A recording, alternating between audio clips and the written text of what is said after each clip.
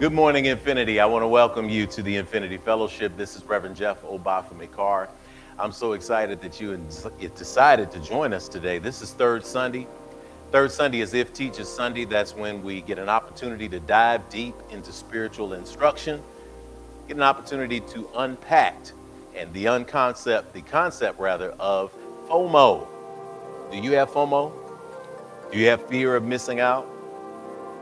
How is that holding you back? How is it advancing you spiritually?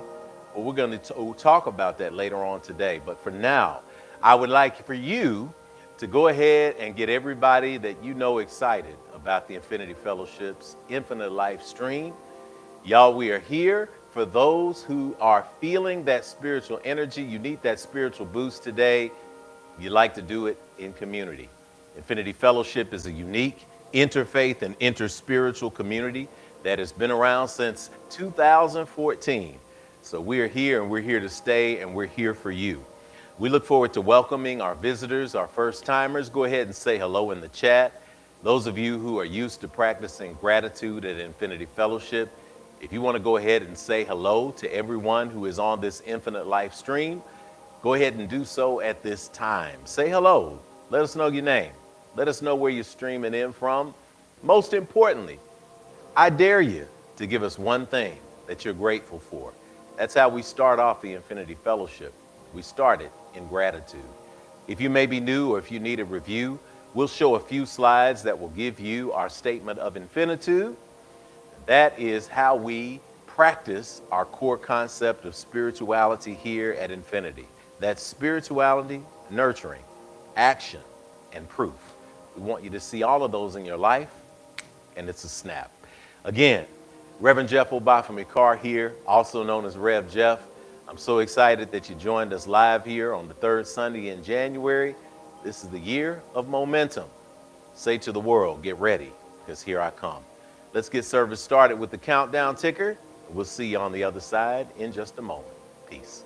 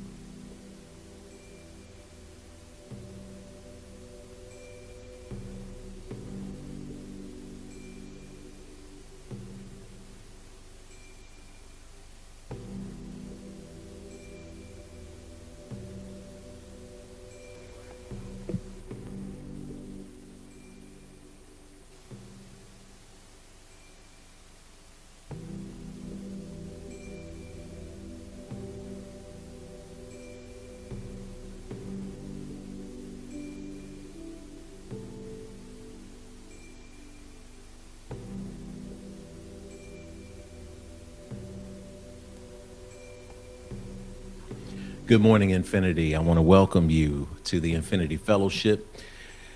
Great to have you. If you've just tuned in, this is Jeff Obafemi Carr, and we are welcoming you into the core of consciousness, the place we call the apex of authenticity. That is the Infinity Fellowship. And of course, we're here to facilitate your spiritual growth and expansion. Today is all about gathering together and working this thing called life out together. That's what beauty is. Beauty is coming together and witnessing all of creation and moving from a space of gratitude. I'm so excited that you're joining us. And even though we're excited about it, we also know that we must be still about it as well. Excitement doesn't always manifest as hopping up and down. We want you to feel that energy inside you today. But it also manifests in the stillness and the silence. What I love about this room is when we don't talk, when we don't move, when we don't make noise, there is a beautiful resonant silence that comes from these 1950s wood floors that you see at Infinity. It comes from this heightened ceiling here, that comes from even the backsplash made of wood that came out of the walls that were demolished in order to make space for all of us here. So from this place, we embrace a few moments of silent breathing, inhaling through the nose and exhaling through the nose. Breathe along with me for a brief meditative moment. Inhale and exhale.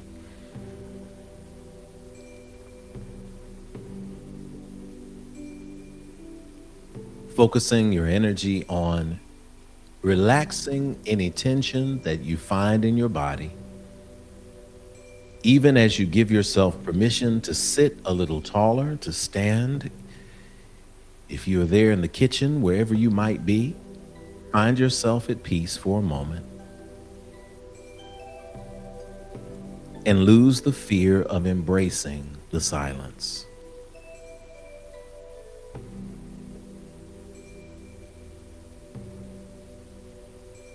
To enhance and affirm the power of the silence, I invite you to just close your eyes.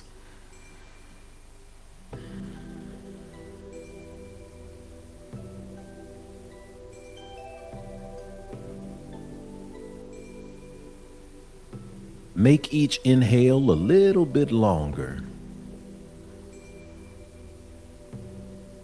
holding gently at the top, and then allowing each exhale to be a little bit longer too.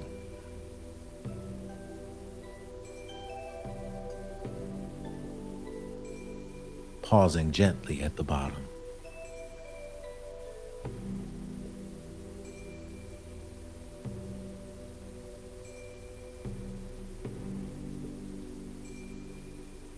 As we open the portal of the auditory experience, by allowing the bowl that sings its chime to join our meditation,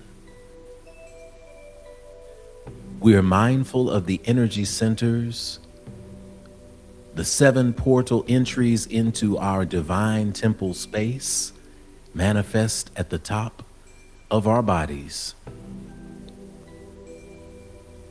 The entry portal of the 2 nostrils on your nose where the breath is entering and exiting, reminding us to be grateful for being alive today.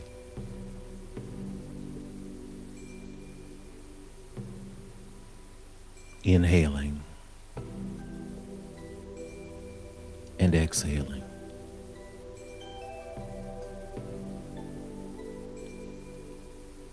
The 2 entry points of our ears.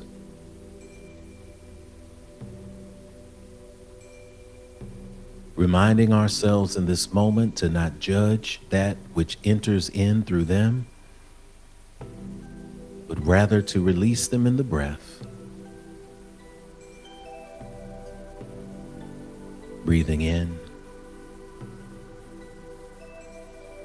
pausing gently, breathing out.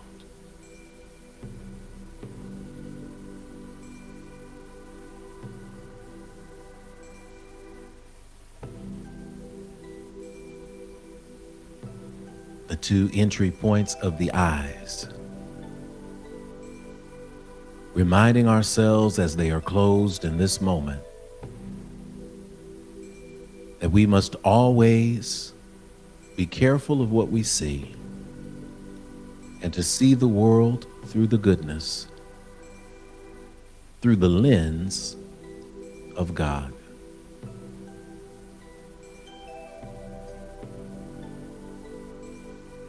Breathing in, pausing gently, breathing out, pausing in love.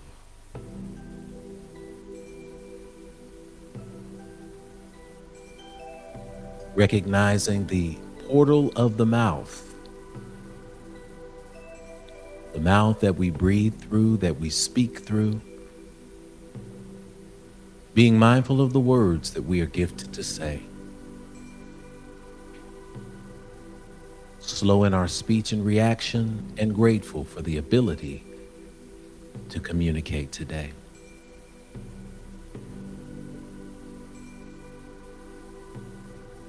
Breathing in, pausing,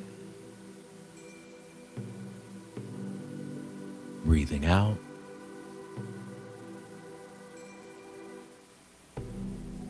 and pausing.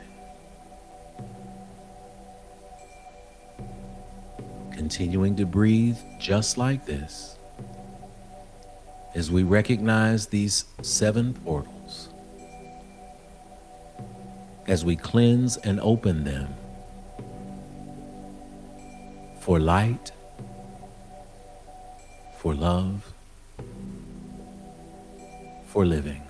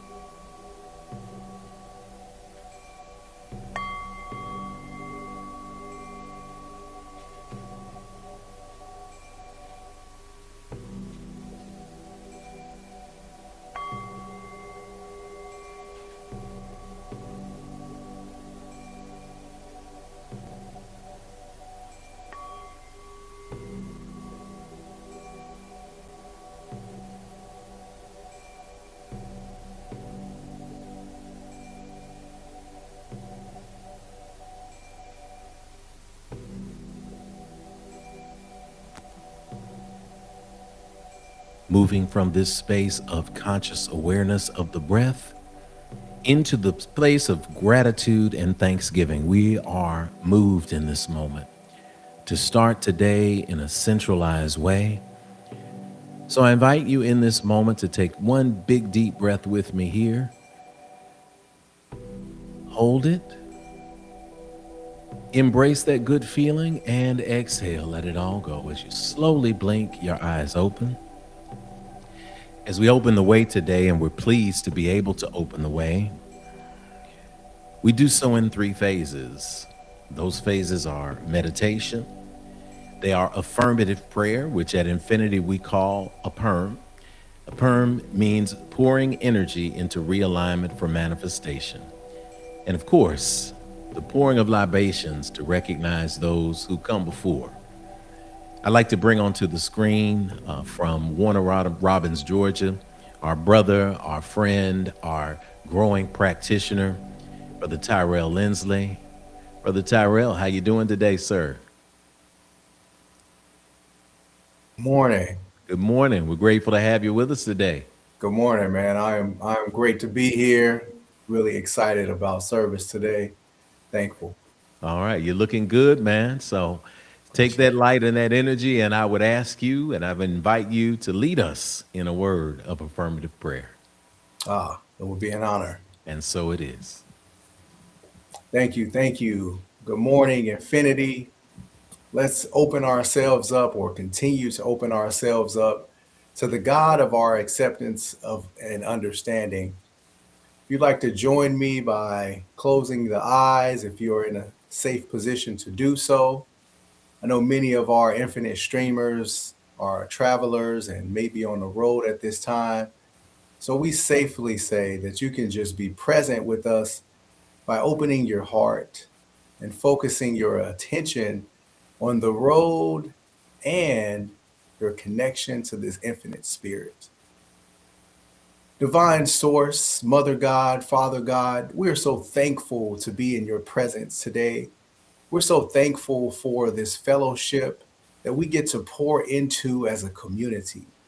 We're thankful for this opportunity to focus on the abundance of love that happens in our lives. As we focus on the seemingly small things, the things like breathing in through the nose and pausing in that breath, only to release it back into the universe, we're able to acknowledge that if this simple act is given to us over and over again, what else is there for us?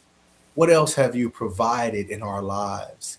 What else have you shown us through a positive smile that we receive when we're walking throughout our day? What else have you given to us when an ancestor becomes a part of our lives through a memory that comes up? What else have you given to us when we turn on the news and see so much dis-ease happening in parts of the world that rather than lean into fear and doubt, we are reminded that we are connected to an infinite source, that at any moment we can amplify the love and the vibration of peace by simply acknowledging that it exists. And so we take on that fellowship, we take on that space of community in a way that amplifies all that we need in this world, all of the power that we need to overcome doubts, all of the power that we need to overcome fears. We acknowledge that who we are is housed in this beautiful space called the body that only allows us to operate from a space of love and gratitude when we allow it. And so we allow that to happen in our lives. We allow ourselves to be a yes today. We allow ourselves to be a reminder that all is well. We're thankful to have this fellowship. We're thankful to have this duty, this balancing act, to be able to acknowledge and amplify what the world desires, and that is love and peace. As we expand it through your name, as we expand it through the energy that you provide for us, we acknowledge that we are here to do the work. In the ancient words of affirmation, we affirm and proclaim, Amen, Amin, Hotep, Shalom, Namaste, Ashe. Thank you. Ashe, ashe, ashe, ashe. Oh, man. We love this energy in the place, and we love this energy at infinity. It is time for the pouring of libations. You all, I want you all at home to begin to acknowledge this presence in this morning. We want you to acknowledge the presence of the God of your acceptance and understanding as manifest in your breathing, manifest in your presence right now, manifest in your focus right now, manifest in the words of affirmation that were spoken in the present tense for you right now. And even in this right now moment, the recognition that we are standing on the shoulders of those who have come before us, that we recognize that energy cannot be created or destroyed. It can only change form. And as that energy change forms and changes form for us as spiritual beings who are navigating this human experience, We transition into the space of the Egun in the Yoruba language, the Sheps and Shepsuits in the Kemetic language, the ancestors in our modern English. And if you have any other energy that you'd like to put in, including the angels, we can put that language in too. But the bottom line is we are not alone. The memories that we have, the stories that we tell, the very programs that are put into our DNA through the struggle, through the victory, all of those things live inside of us when we pause to recognize and remember those who have gone before. So I invite you in this moment of recognition to begin to think about those ancestors, those who have transitioned into life after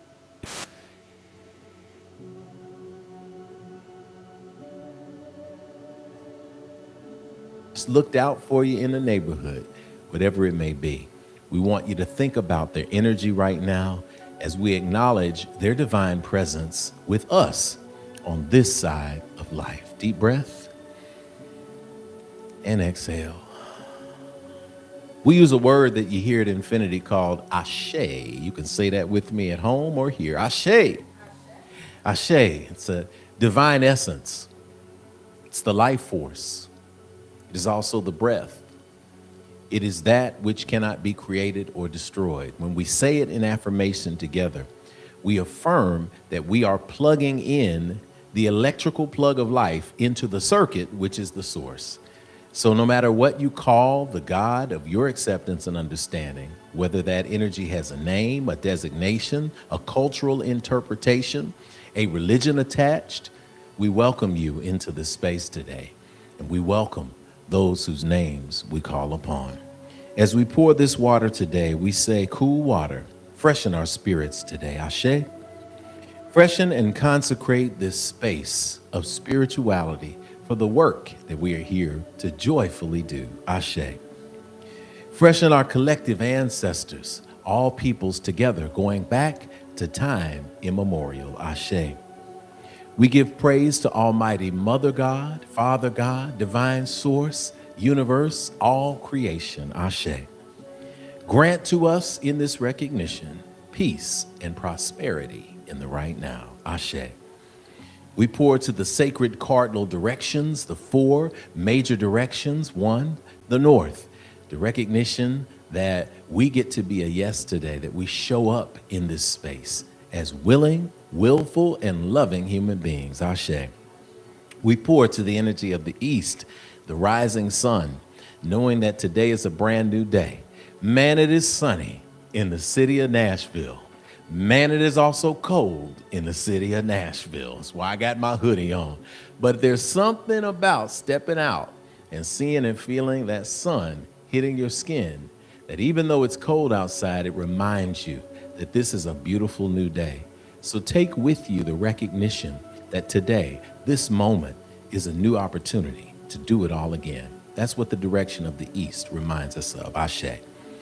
To the energy of the south, the understanding and embracing of who we are and whose we are.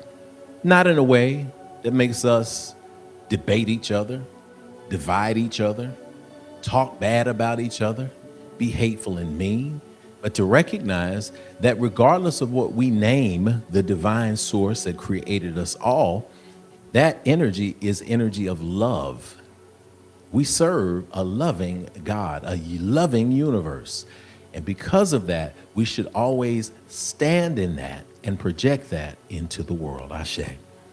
To the energy of the West, knowing and embracing the concept that even as the sun goes down, there's the moon and the stars to give us light. Speaking in this pouring, that even in your darkest moments, may there be light that appears for you to show you the way. Ashe. From the four directions, we take from the indigenous traditions, the fifth direction, the ground below us. May we be grounded in effective ritual, in effective relationships, in effective circles that remind us of who we are and whose we are as we operate as beings of love. Ashe. We pour to the sixth direction, sky above us, the open possibility that connects us not just with the clouds, not just with the atmosphere and the stratosphere, but with everything in this universe, especially that which we do not know.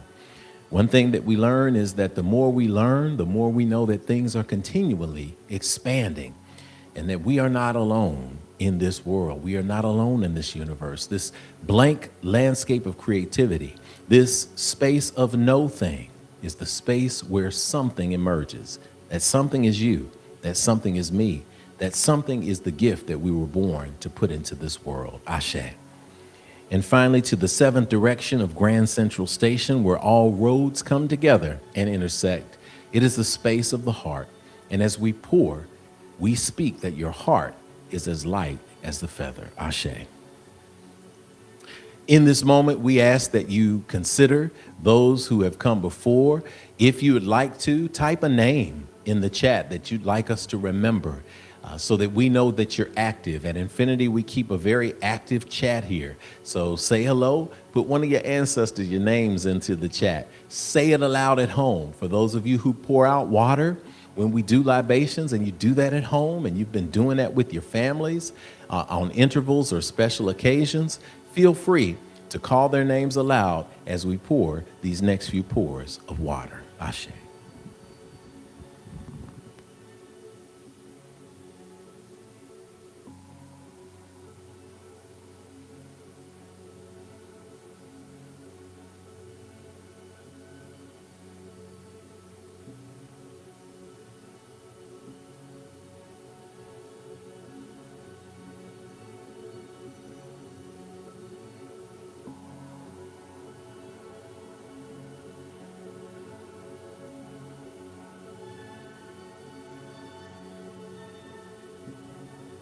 To all those who have been in the spaces that we've been in, to the places where we've walked, we stand upon your shoulders and recognize your light and your love. We pour for the children in the world, the children in the womb, and the children yet unborn.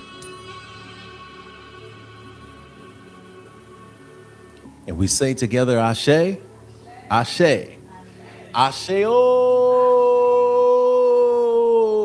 it is done, it is done, it is done. The way is open, y'all, at Infinity Fellowship.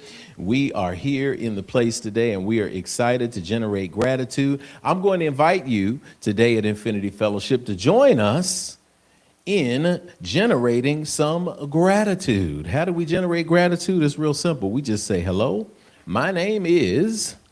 and say one thing that we're grateful for. So if we can go ahead and start doing that, that's going to start us off in a very, very powerful way because it's going to generate our energy. It's going to lift our energy. Just remember, hi, my name is, and I am grateful for. Hi, my name is, and I am grateful for. Go ahead and put that in the chat right now. As we turn in this moment to the point in our service where we recognize our first-time visitors. So I would like to say to you that I am grateful to welcome you to the Infinity Fellowship. In other words, hey y'all, how you doing? My name is Jeff Obafemi Carr, for those who I have not met, either here on the live stream or in person on our first Sunday service. And in this sacred space, I go by Rev Jeff. And I am excited to welcome you to the Infinity Fellowship. This is the place where people make a quantum leap. They make a quantum leap for simply harsh religious doctrine. A lot of people have had experiences with religious doctrine that has sent them way away from the actual physical doors of the church. Tired of being condemned, tired of being beaten up, tired of being waylaid. Tired of contradictions, that you have been serving a God of love and yet God wants to punish you all the time for how terrible you are. I'm not criticizing anyone's theology. I'm just saying to you, how's it working out? Has it worked out to go through life being of fear? Has it worked to go through life being a being who feels as if they are not made in the divine image and likeness of God? Hadn't felt great, which is why many of you tune in to the Infinity Fellowship, and it's why I am happy to welcome you here right now. Here's what we want to do. I'm going to put up a slide for you, and this slide will let you connect with us in a powerful way. If you are a first-time visitor, we would like for you to go ahead and hold your phone up to the screen, or even check the link that is in the chat as well, because we put our connection energy there too, so that you can easily get to it. And we'd love to just say hello to you. So if you are enjoying the energy here, if you are finding yourself saying, somebody tagged me in this stream, I don't know why they tagged me, but they tagged me and I am loving this energy. We are talking about the God of my acceptance and understanding. We mentioned my ancestral folks, and now we are in this space of meditation and growth. I love it. Say hello to us. Send us an email. Click on there and let us know that you are with us.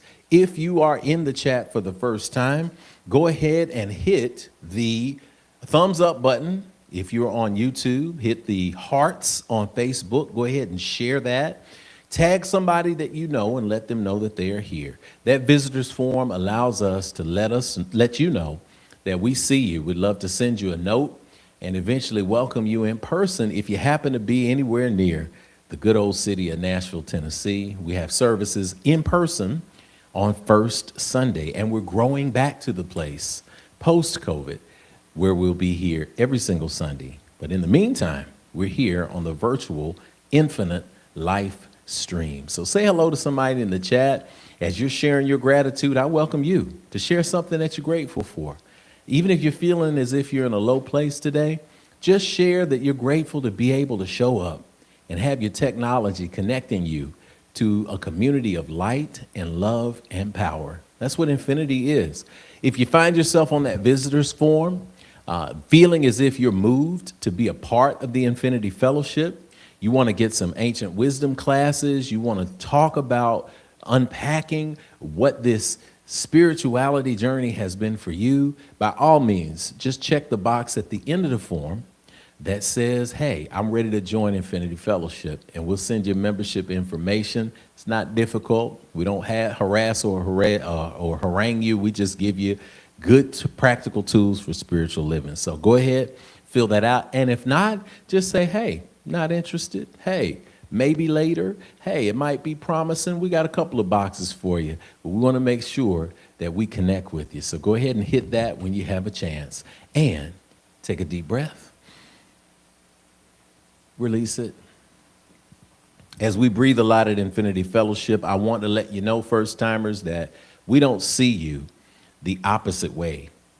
We don't see you the way the world sees you in many circles. And that is as a human being who showed up to infinity to have a spiritual experience. We want you to have that. But the reality is you are the opposite. You are a spirit who is navigating the human experience, just like the rest of us. And because we see you spirit to spirit, we like to let you know in a very special way that we see who, what, where, when, and why you are. I love it when we're in this place and we have so many people who are just around sending energy to each other. Guess what? In the virtual space, it happens too. So I'm going to ask you, if you are excited, grab somebody in your household and turn to them and tell them, repeat after me what I'm going to say. And if you don't have anybody, you can say it back to the screen like the hundreds of people, thousands of people around the world are. You can also just receive it if you're a first-time visitor and know that all these people are sending this energy to you. Take a deep breath and exhale. And y'all repeat after me. I see you. But you don't hear me though. I really see the real you. I see who you are. You are a divine manifestation of God's creation. I see what you are. You're a spirit. You're more than what's on the outside. You're a gift to me and to the entire world. I see where you are. You're right here in front of me, where I can let you know, if nobody else will today, that you are not alone. I'm with you. People around the world are with you. and you are at home. I see when you are. You're in the right now, my friend. You are so much more than your yesterday. I see why you are. You're here to learn, to grow, to embrace your dreams, and to celebrate your divine destiny. I know all this because I'm here to do the same thing. So we're going to help each other out. All right? All right? I know the real you. And I see you shining today. I feel you shining today. I know you're shining today. So welcome to infinity. Welcome home. Asheo to you. Yeah. This is a song called Good Morning to You. It is an energy. It is a place of love. It is a place of connectivity. It is a place of knowing. When you say good morning to you, we're going to go to the chat. We're going to put you up in your spaces of gratitude, and we're just going to generate it. I dare you, say something that you're grateful for as we sing and hum this song. Come on. A good morning to you. A good morning to you. A good morning to you. Good morning to you. You can hum. And Come we on. say a da da da da da da da da da a da da da da da da da da a da da da da. Hey, good morning to you. Man, it's a good Good song. morning to you. Ain't it good to be alive? Good morning to you. Come on. Good morning to you. A good morning to you. Good morning. A good morning to you. A good morning to you. Good morning to you. We are so grateful to have all of you online. Good morning to each and every one of you. Good morning that we are up together, huh? And to all my young people, good morning to you. Good morning, good morning. Make sure you're sharing that gratitude moment. Make sure that you're pouring in for that gratitude moment. Let's get that hype up in this place. Good morning to you. Good morning to you. Good morning to you. Good morning to you. Good morning to you. Grateful for this beautiful morning. Grateful this beautiful morning, y'all. Thank you, Lady Kanitha. That's looking great. You're looking mighty sharp. Mighty sharp. Yeah, I love it. Thank you for bringing us that energy in here. You always bring that loving energy.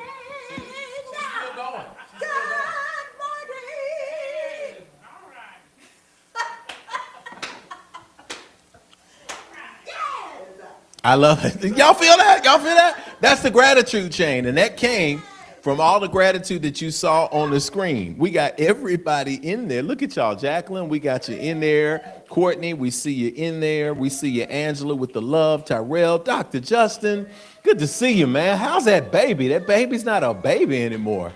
I know it's not. I know, man, y'all have just had so many great things happen. I'm seeing familiar faces, old faces, new faces. I'm seeing ancestors in this chat. I'm seeing this love energy. Listen, when you start counting the things that you are grateful for, you have very little time to complain. And this is how we start everything. With prayer, we start everything with the service. You just start dancing. Lady Kanitha just couldn't control herself. She's over there. Somebody get a sheet. Alicia, bring one of them napkins they used to do in the Kojic church. Just lay it on her. Just let her. She's about to go in.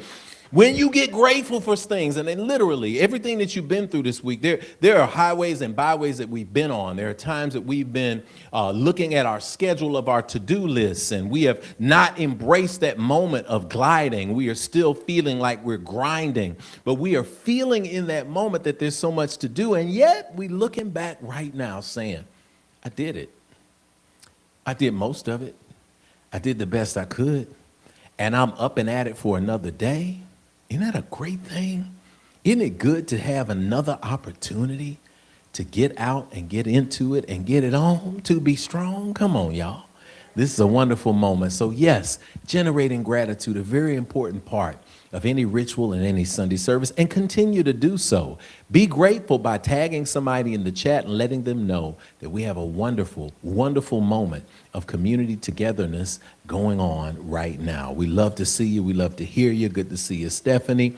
Loving this energy that is coming in here. Love this energy. I just can't wait to see so many of you. We got new things happening in 2026.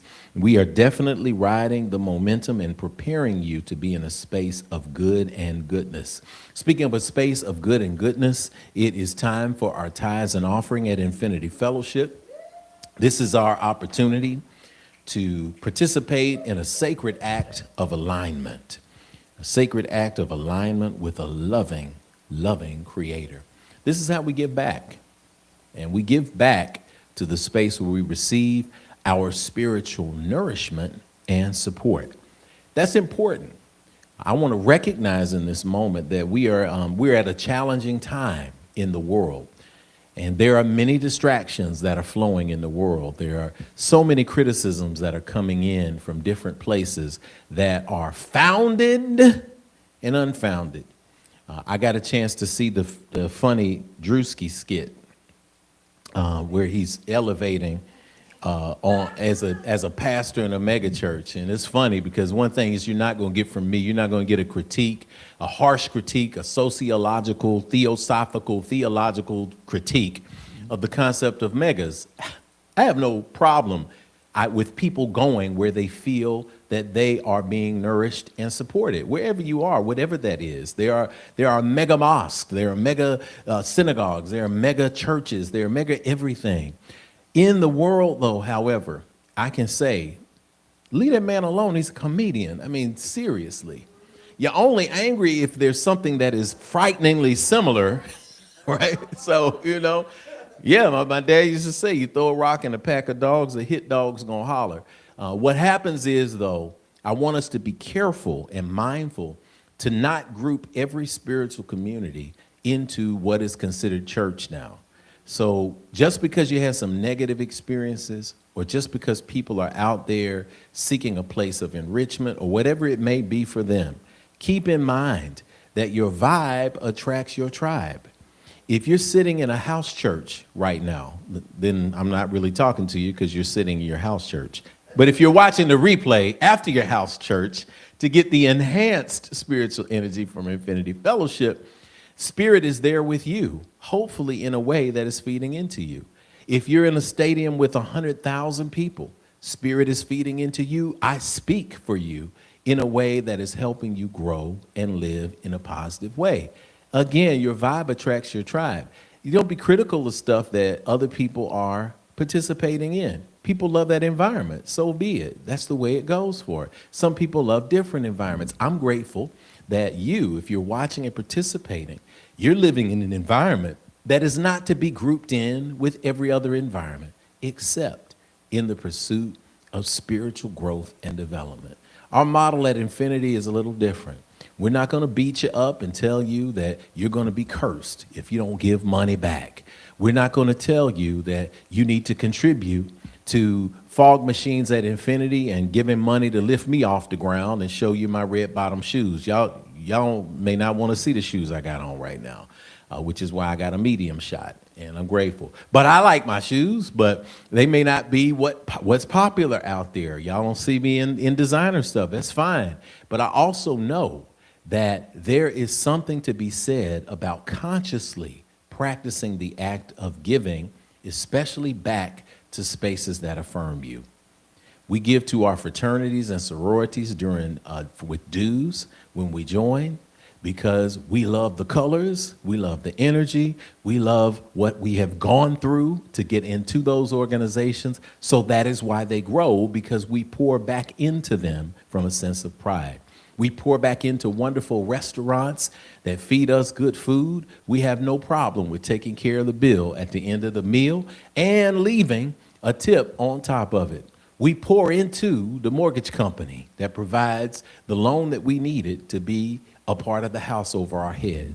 What does it mean to pour back into a community that reminds us that we are living and loving in a spirit of gratitude that comes from the God of our acceptance and understanding, perceived by many different names and yet known by one energy?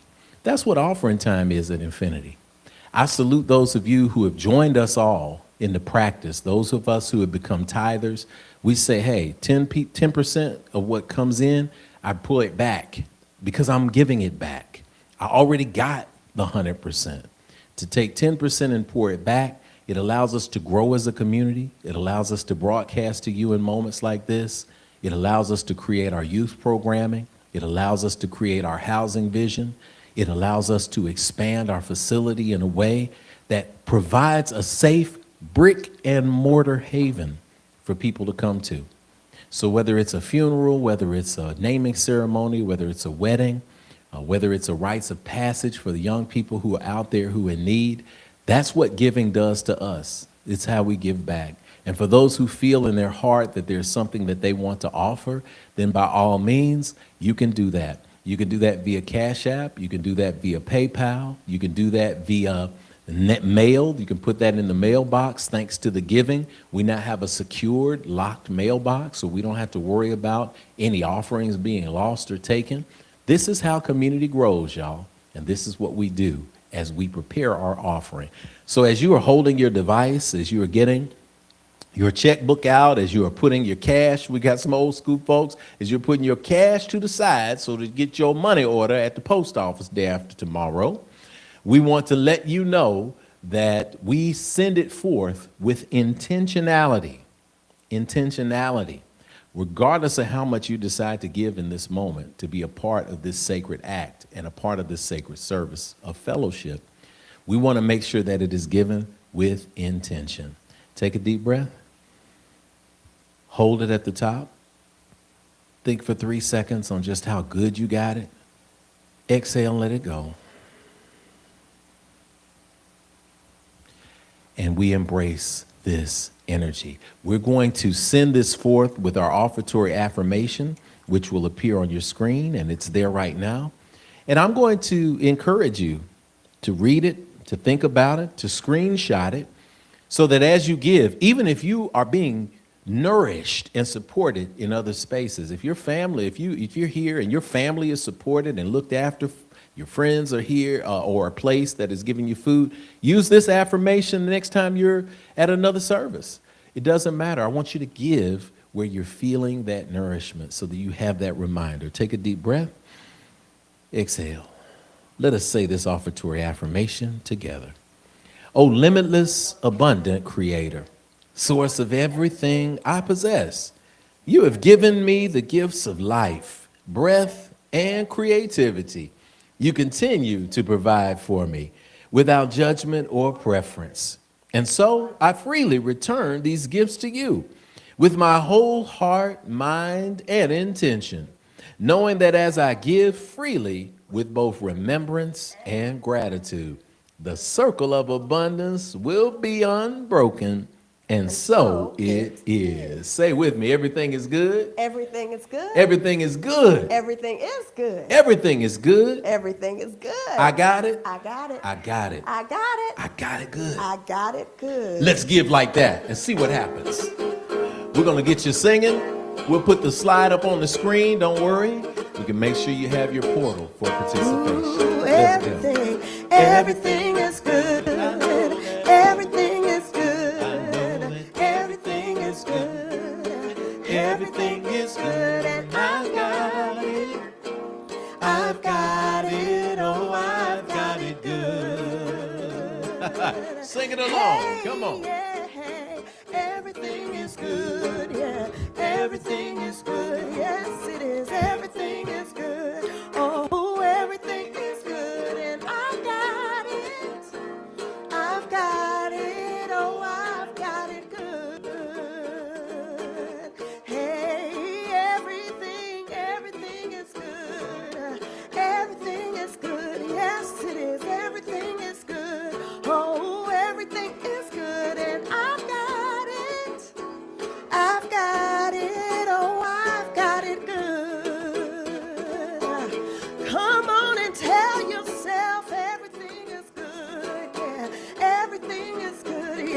it is. Everything is good. Oh, everything is good. And I've got it. I've got it. Oh, I've got it good. Hey, everything. Hey, now, everything is good. Yeah, everything is good. Oh, everything is good. And I've got it. I've got it. Oh, I've got it good.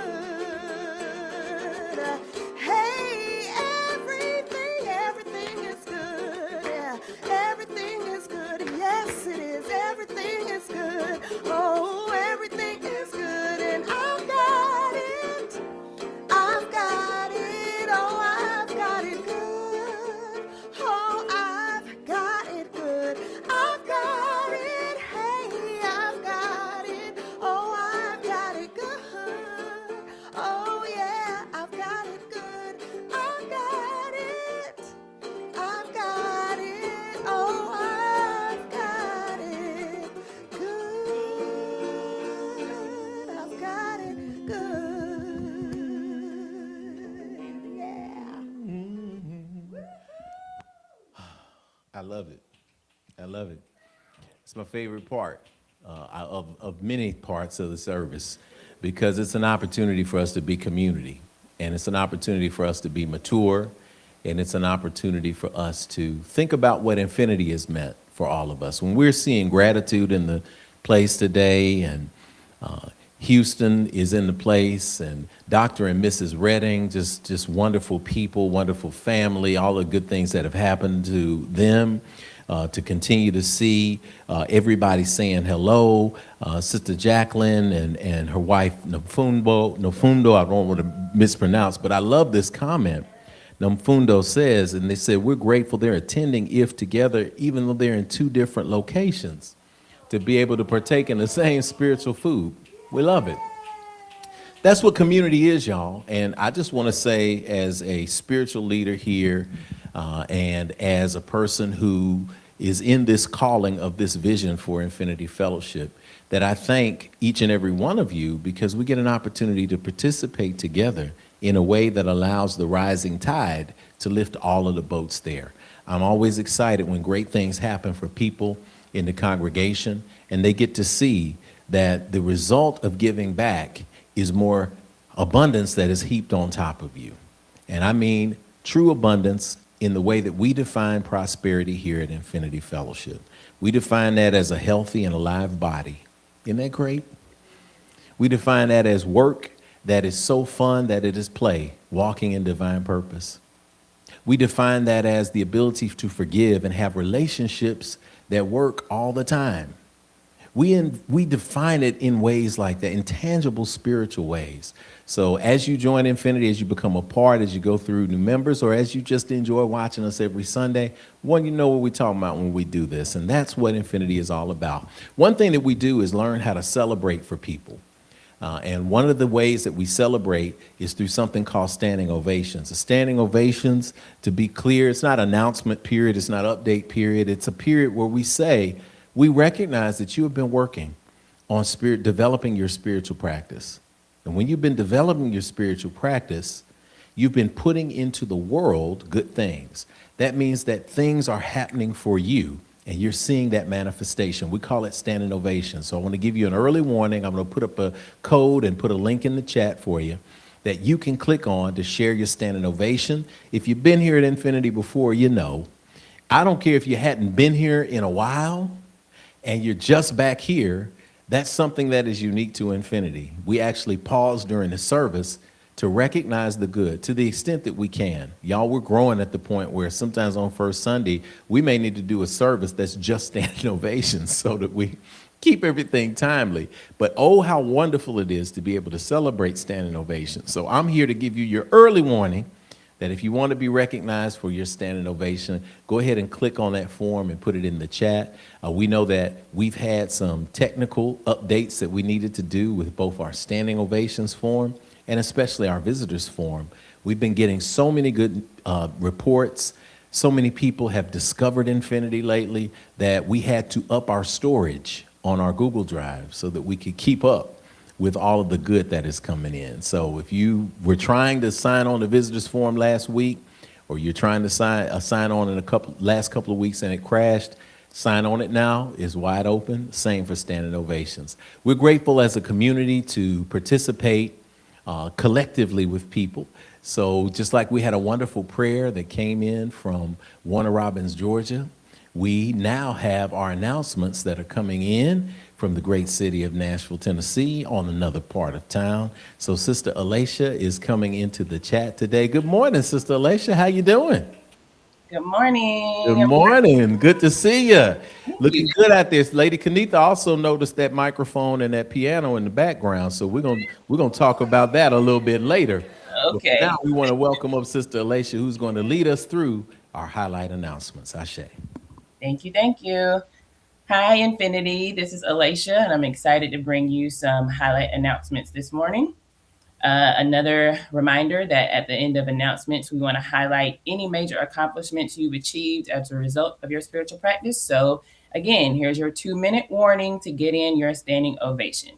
Let us know what good thing you've birthed into the world. There's a QR code on your screen that you can scan with your phone, and you may also click the link in the chat. All right, so welcome to January, the first month of the year of momentum. Every year at Infinity, we have a theme that has been filtered through divine source through a rigorous process of meditation, reflection, assessment, and visioning. This is a year of moving forward with power. When we move in momentum, we experience new growth and new manifestations. So it's no surprise that our daily mantra for this year and this month's series shares the hook of a classic Motown song. Get ready, cause here I come. Did y'all sing it? Say it with me. Get ready, cause here I come. Now breathe in, breathe out, and feel it deeply. Welcome to your inter-spiritual destination for weekly spiritual engagement and support. Here's your reminder that we do meet in person as a fellowship every first Sunday and virtually exclusively the following Sundays of each month, with special activities in between. If you are watching, you are a part of what we call the Infinite Live Stream. If you are joining us on YouTube, go ahead and give us a thumbs up and click subscribe so you can keep up with our online offerings. On Facebook, send us up some hearts. In your chat window, feel free to say hello and share your energy. In the virtual world, you are the Amen Corner, and we see and appreciate building community with you. Calling all Cash App givers. We are starting to transition our data into new giving platforms for 2026, and we want to make sure we have your information to credit you for your giving in 2025 since year-end statements for tax preparation will be going out soon. If you would like to receive your full annual giving statement, please make sure you email us your name and Cash App handle so that we can match your giving to an official email address. We appreciate your assistance.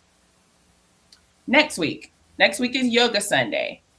Yes, next week is the first Yoga Sunday of 2026. So, in alignment with your holistic fitness goals, you are invited to join us right here on the Infinite Live Stream for our monthly moving meditation known worldwide as Yoga Sunday. We will be led in a wonderful practice that will bring our bodies to life and in alignment with mind and spirit. If you've never done yoga before, it's okay. Believe it or not, many people have started their yoga journey right here at Infinity Fellowship. Yoga Sunday is for all levels of people. All you have to do is clear your space, lay out a mat, and prepare to explore the breath and movement that will center you like never before. See you next Sunday, same time, same place, same loving energy. All right, Love and Light is your Wednesday midweek motivation, and Tyrell and Tashana are here for it. Our official midweek gathering happens inside the Band app, which is our official members portal. Each week, we have an inclusive and open discussion for shared reactions, thoughts, and revelations that come to us via the Sunday morning experience and spiritual downloads. This allows us to experience that midweek boost of community. We look forward to seeing you all, especially members we haven't seen in a while. The momentum is growing for Love and Light, and each week is a new start. So set your calendar alarms to answer the Love and Light call this Wednesday at 7 p.m. Central Standard Time. Now, let's bring back up Rev Jeff and Lady Kanitha Carr because it's time for standing ovation. Tune your vibration to a high elevation. It's time for the good news, our standing ovation.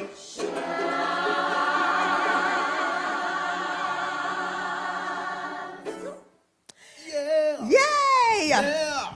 All Give you a standing right. ovation. Birthday yesterday. Yay! Happy birthday again. Thank you. Our high energy here at IF comes from our practice of snap. It's why we snap our fingers during this part of the service. We receive practical lessons and tools for our individual journeys. That's spirituality. We fellowship with like-minded spirits every week. That's nurturing. We take what we learn and apply it in our lives, and that is action. And if we do these, and every week we see examples of that progress in our lives, and that is the proof. Yes. Okay? So let us pause to enjoy a collective moment of expansion and manifestation. So here's what's going to happen. When your name is called, please stand if you're able to. Otherwise, you can just sit there and bask in this moment, okay? When I read your name aloud, we will snap our fingers to affirm what we just shared. But the most important part of this is at the very end, we're going to give a collective standing ovation to celebrate everyone who shared. Yes, absolutely. Our standing ovations for those who shared again. If some people may miss the deadline, so if the population of the form is generating, we'll try to get you by the end of service. Yeah, take the master down just a little bit, the red on the right hand side, Kai. Take the red master down just a hair. Yeah, thank you. That's right. Then we're gonna get that feedback. I love it. Thank you. We are, as we are celebrating this ovation, we do want to say that the form is taking a minute to populate. So we're going to give a collective standing ovation to everyone who has just been working on showing up today. I want to give a personal standing ovation to everyone who tuned in today. The reason why is because If Teaches, Third Sunday, is a unique Sunday. It is a Sunday where we have a message, we have a download from Source. We get an opportunity to have a conversation back and forth. And that is something that is unique, that we started out with Infinity Speaks or If Speaks back in 2014. And we have continued this tradition. We have continued it for 11 and a half years, going on 12 years. So shout out to the unique energy that is an Infinity Fellowship. And of course, shout out to Yoga Sunday, to those who are participating. I'm excited to announce as a standing ovation that next Sunday we'll have several places that are satellite folks in the Infinite Life stream who are going to be joining us as we are practicing yoga here live.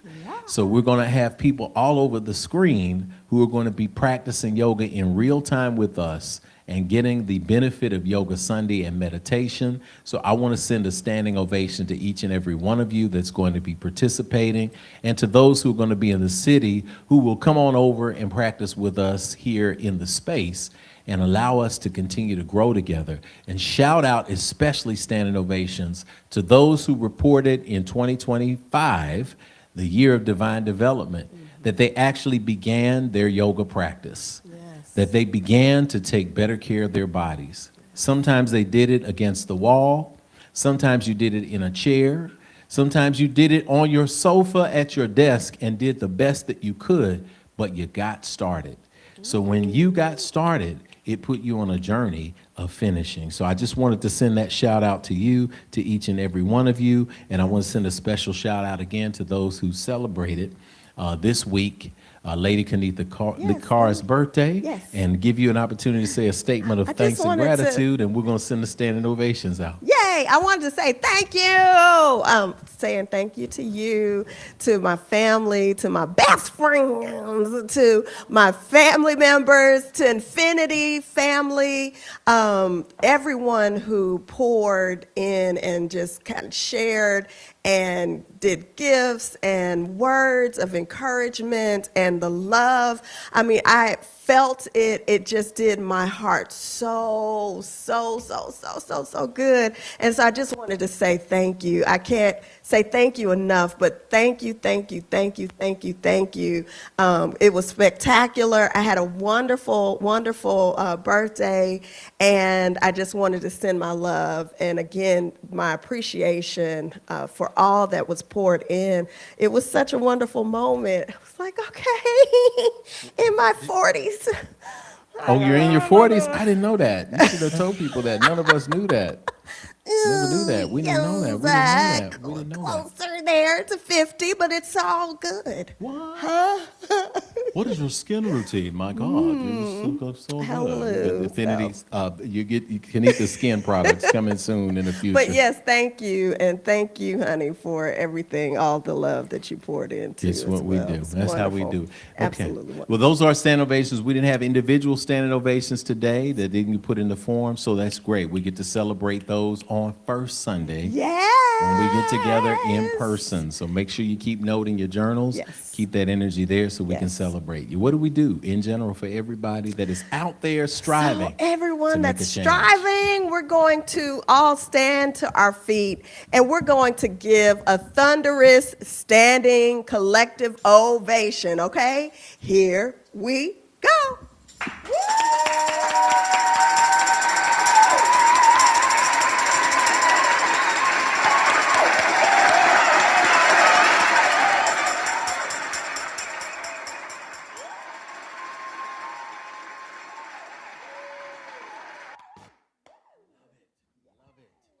All right, those are the announcements and ovations for today.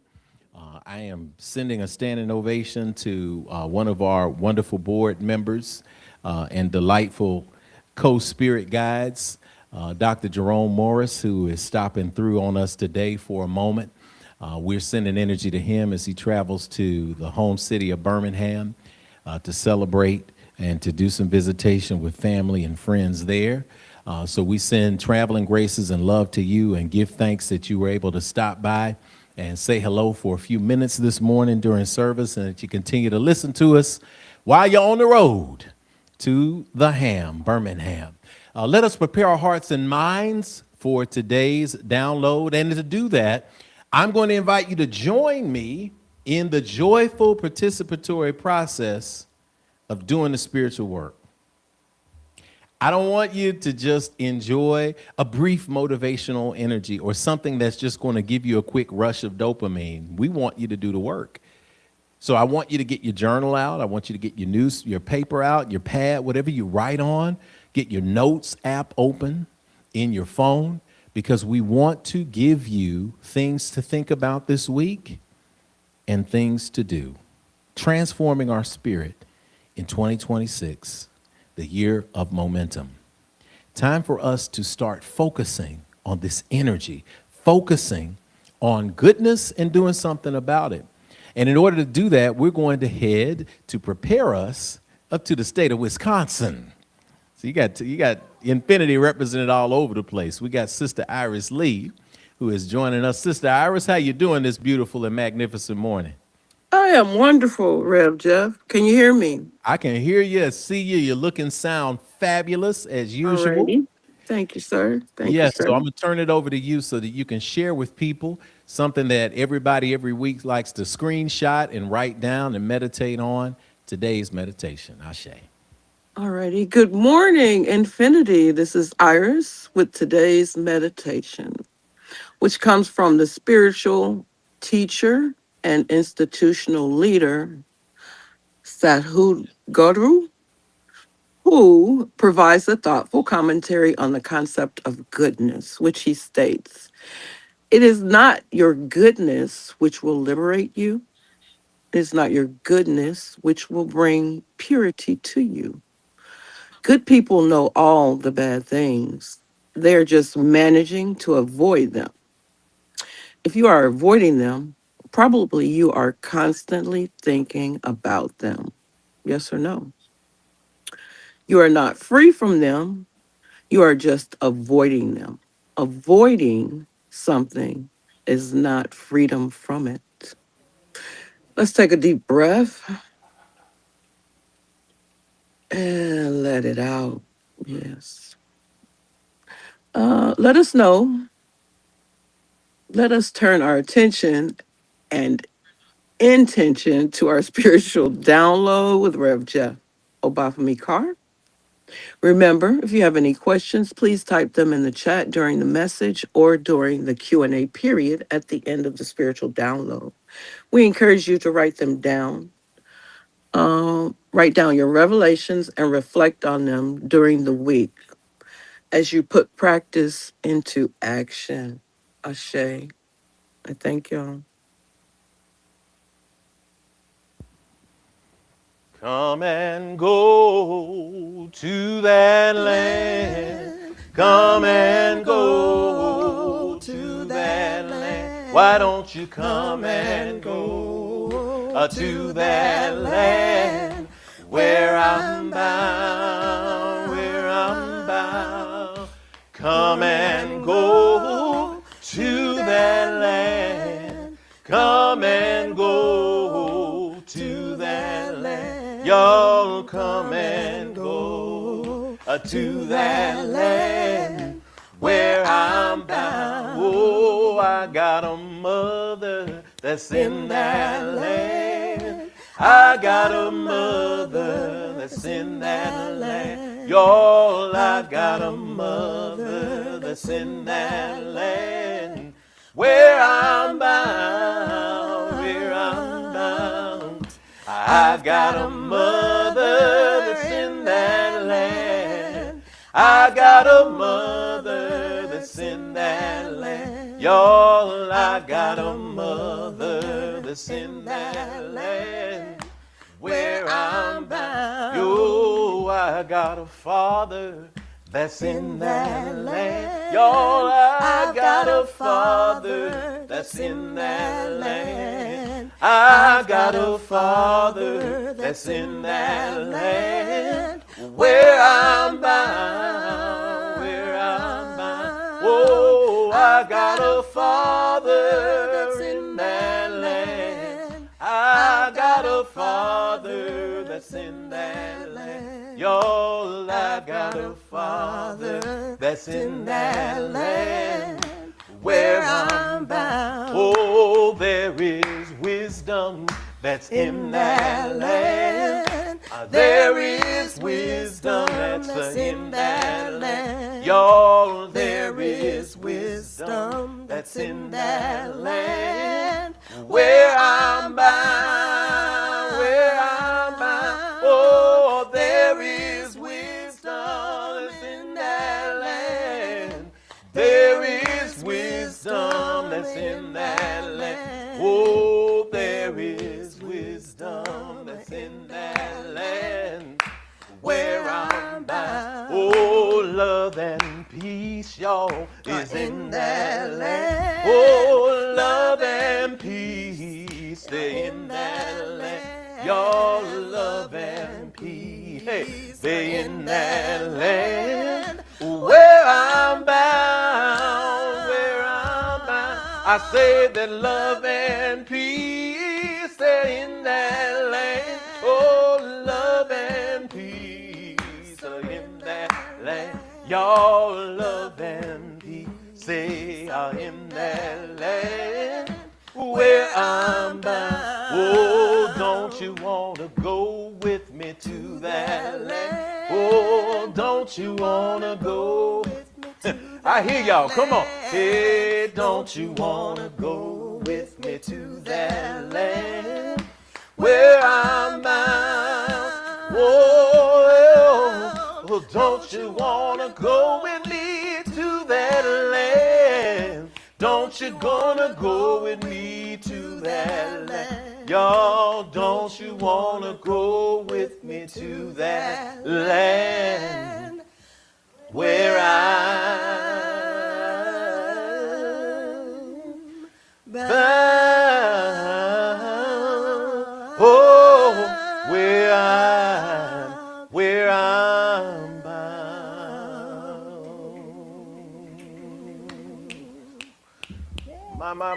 My.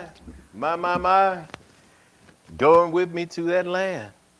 My. this land, this place of a new elevated space of spirit. This is a land that we get to go to at any point that we decide in our minds that we want to change our vibrational frequency. Somebody might be in need of a vibrational frequency change. And let me tell you something about a vibrational frequency change. If you're in a place where you say, my vibrational frequency is always pristine, I am always operating in a space of knowing. I am always in a space of zen. I am always in a space of peace. Everything is in alignment. I know it all. I have reached the space of enlightenment. I need not dialogue. I need not change. I need not pivot. By all means, miss me over the back shoulder. Because even Rev, even I, go through moments where I need to make sure that I am checking for myself, especially before I start checking for others. We shouted you out, Brother Jerome. He's in a place with us for just a few moments, blessing us with his ashe.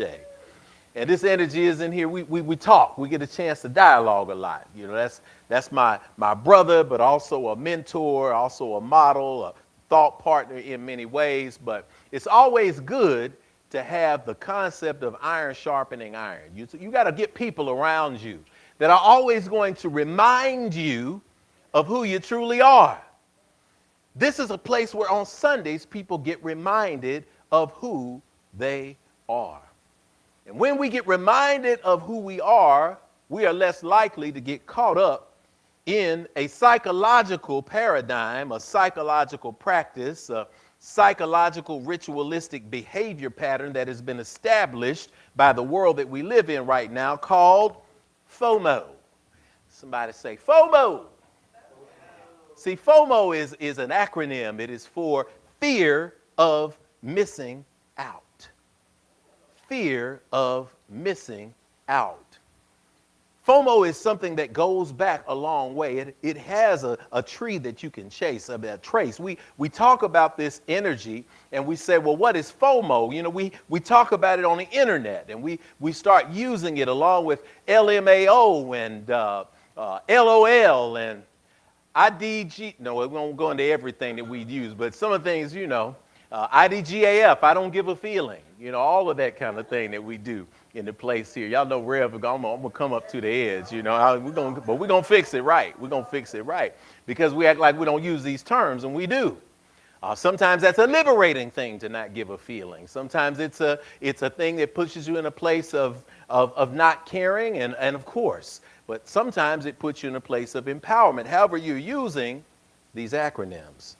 When we talk about FOMO in particular in the paralytic way, we trace it back to at least 1954, where in social engagement and in social comparison theory, which is a theory that was developed by Leon Festinger in 1954, this energy is social comparison. It states that we operate and move through life comparing ourselves to how other people around us are doing. Breathe in, breathe out. It's not that this was not happening throughout human history, but it's that it became recognized, especially in Western culture right now, the culture that we live in. When I was growing up, they called it keeping up with the Joneses. I don't know if y'all know. I never figured out who the Joneses were because we didn't have many Joneses living in our neighborhood. But when they would say keep up with the Joneses, it was natural because the Joneses got a new car. Why can't we have a new car? I remember us asking our parents, could we have a color television? And I didn't grow up in the time when color TV was invented. That was a generation before me. But I'm Generation X. So Generation X, we already had color televisions. The problem is my parents weren't going to invest in getting a color television. So by the time they got a color television that could fit in the front room, the black and white televisions, Jerome, were given to us in our room. And I'll never forget, my brother and I had this television. It was a black and white TV. And I've told this story before. Some of you might be able to relate. If not, young people use this as a point of gratitude. So y'all are used to the remote control. The remote control when I came up was us. We get called in from another room. Change that channel for me. Turn that volume up. The dishwasher was named Greg, Jeff, and Gussie. It wasn't named Maytag. It wasn't named Whirlpool. It wasn't named GE. The dishwashers had very specific names, and that's what we were. But we had that TV, and people got that story of when the picture on the TV didn't go right, you would get a coat hanger, and you get some, put it in there and move it around, and if that didn't work, you get a little bit of aluminum foil. And we were one of the few families that were blessed to have two old black and white TVs, and when one picture went out, the sound worked on another. So we had sound on one TV, picture on another, black and white. Well, see, when we went to Yolanda's house, I'll never forget in high school, Kenith, I went up to Yolanda's house on 15th Avenue off of Wedgwood. We went after band practice. She and I used to battle, first chair, second chair. Shout out to Yolanda Percy, my lifelong friend.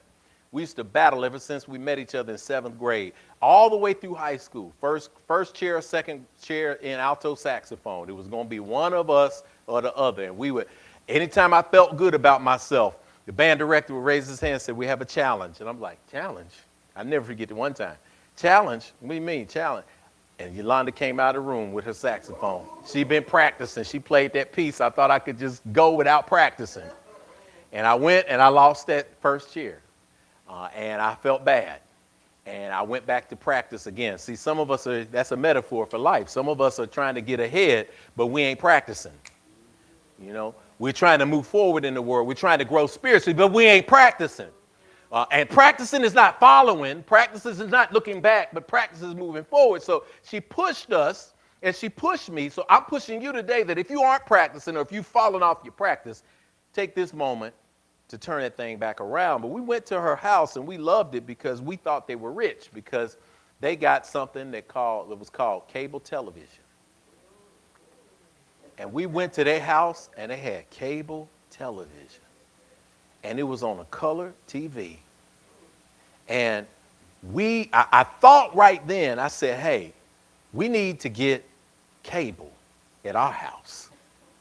So I went to my mother and my father and I said, Mom and Dad, we need to get cable. And they said, cable? What is that? It's cable TV. And they said, nothing's wrong with the TV.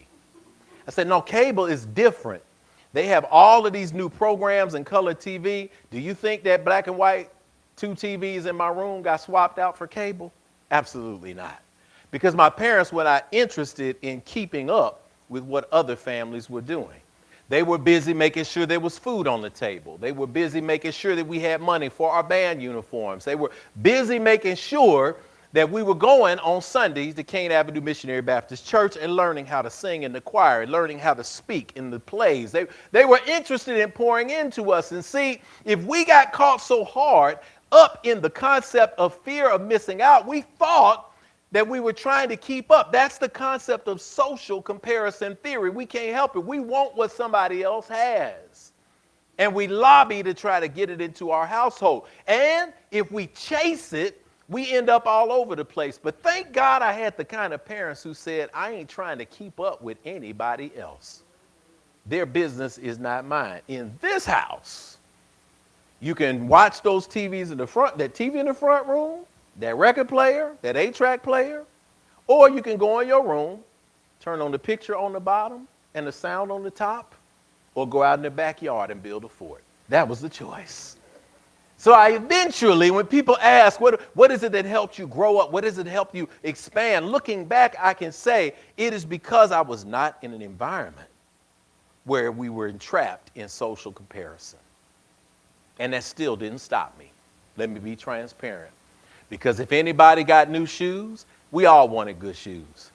And back when I was growing up, you had shoes that were popular, that were name brands. And this is before the advent of all of the Nike craze. That happened in high school. But in middle school, social comparison theory manifests in tennis shoes called Converse. We all wanted some Dr. J's. I still maintain that may have been the greatest era ever because, brothers, if you ever put on any Converse, if you finally got you some, I got me a brand new pair just because I didn't have them as a child. So when I got out and started making my money as an adult after college, I got me a brand new pair. I only wore them a few times before I had to go get me some Dr. Scholl's inserts, because those flat shoes made me have a new appreciation for Julius Erving and all of the people who used to wear Converse and still be able to not only walk, but fly through the air.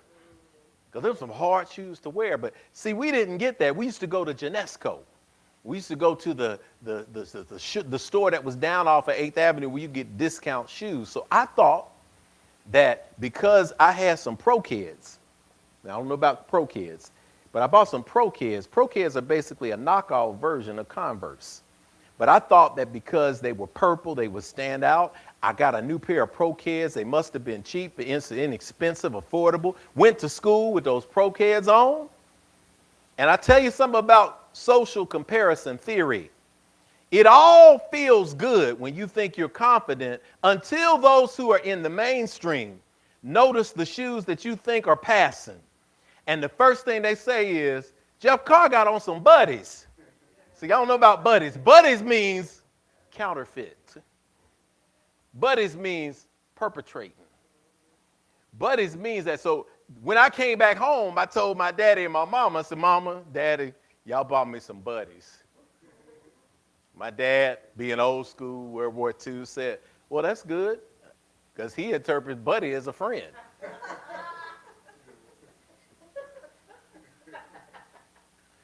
I couldn't explain the colloquial meaning of it. Daddy, buddies is not a good thing. When our kids talk about aura and they talk about 6'7" and all these terms, I have to get educated on these terms myself. I am in my father's position. But this social comparison theory creates this place. And I had to learn, based on my parents, they said, well, buddies or not, that's what you're getting. If you want something else, you can get a job and buy some. And eventually, I did. I fixed vacuum cleaners at 12 years old. I did what I needed to do to get to where I was, but think about the pressure that comes with social comparison theory. When you move from 1954 and Leon Festinger with the development of that theory, you move into the 1990s when a marketing strategist actually turned social comparison theory into fear of missing out. This is something that was used in marketing to create buzz for products, so that if you didn't have the product, if you didn't have the right shoes, if you weren't driving the right car, if you weren't living in the right neighborhood, it produced within you a fear of missing out. And a fear of missing out, which was popularized as FOMO by a Harvard social theory student, Patrick J. McGinnis, in 2004. That's a recent term that we've been using on the internet. But this concept of fear of missing out, this FOMO energy, this is manifest for us deeply in how we see ourselves in a societal context where everything seems to be popular. It creates within us a desire to belong. We talked about Drewski and this hilarious skit that he did on the internet. And we talk about the thousands of people, and some people say, well, how do people grow to that size? Well, if you do studies and research and you look up academic studies and research, if you go to the Pew Institute, you will see that there is something called the mega effect, the crowd effect. That is, if a church or an organization reaches a certain status, usually between 1,500 and 2,500 people or participants, there is a tipping point there. That's when it begins to be classified as a mega status or a mega movement. In that way, the size alone becomes the biggest asset. I want you to think about that. Take a deep breath. Exhale. The size alone becomes the biggest asset. Why? It is the same reason marketers pay people to stand in line outside of a new nightclub. It is the same reason people sit in rooms with walls of computers and iPads and phones, mining social media and engaging you in debate. because it creates this viral sensation, this moment in time that makes you pull over and say, what's going on over there? That's your FOMO. That's your fear of missing out. You say, well, if everybody is in that line at the club, I might get in it itself. There were studies done in New York where people got into a line, Dr. Morris, because they saw it, and you asked them, why are you in line? And they said, I don't know, everybody was in line. It's the same experiment, a variation of when you walk down the street and you look up and you just stand there. Eventually, people start walking by and they look up, and then eventually you got a crowd of people around you looking up, and there is nothing necessarily there. Because when you are in a social comparison place that has been nurtured by this marketing initiative called FOMO, fear of missing out, you say this is the it thing. So guess what? If 2,500 people, if 5,000 people, if 10,000 people are going, it must be right. I can't explain it, but I just want to be one in that number. The desire to be around things that are right, the desire to be around things that are cool, the desire to be around things that are trendy, the desire to be around that which is popular. And I don't want to be in a position of missing the event, missing the service, missing the concert, missing the party, and then the day after somebody coming up to me and saying, you should have been there. You missed it. It was so good. It is this fear of missing out. But I'm here to tell you that the fear of missing out can never move you toward a space of spiritual growth because of the first word, fear. You never gain spiritual growth from a place of fear. FOMO manifests as what will others think or say of me if I fill in the blank. What are people going to think if I walk off the traditional path? What are people think if I don't show up? What are people going to say about me if I don't respond the way they want me to? What are people going to do if I don't dress a certain way? What are people going to do if I don't have a certain education? What are people going to say if I don't have a certain title that affirms the work that I've done? People will make themselves small because they are concerned with what others will think or say of them. You may have been in this position. I've been in this position growing up.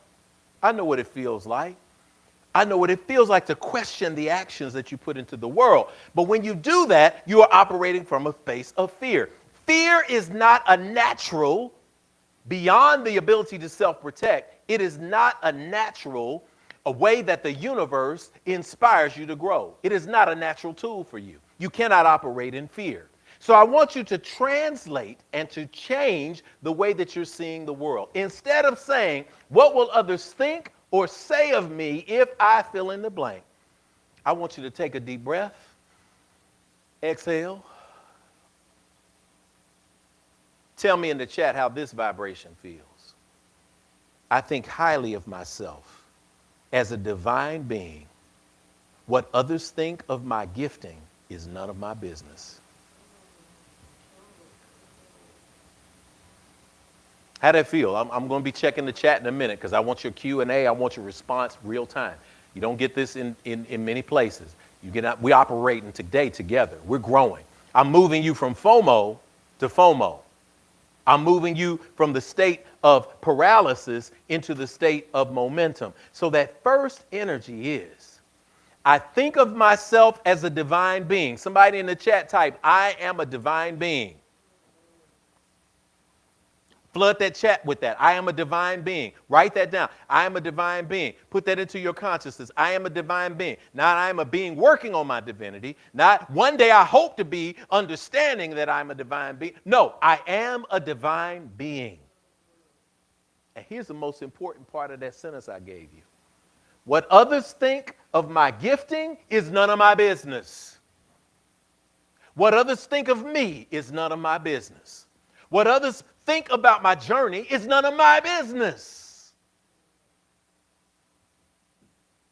The second way that we think about FOMO, and this is dangerous. Let me get a sip of water on this one.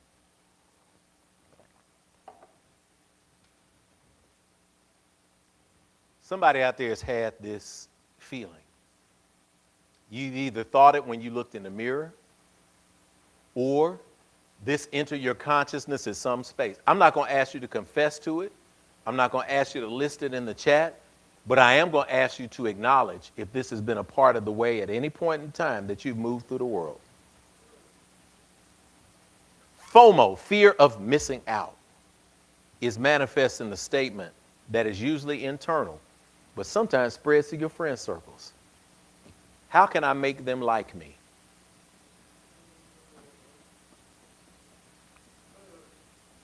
How can I make them like me? How can I make him like me? How can I make her like me? How can I make them like me? How can I make people look up to me? How can I make them respect me? How can I make them acknowledge me? How can I? All of that is a manifestation of fear of missing out. Because it creates a state of paralysis. Instead of being who you are, you're focused on controlling something that you don't control, which is the actions of other people. How can I make them like me? You can't. There's nothing you can do. Because the more you do, the more is going to be required of you.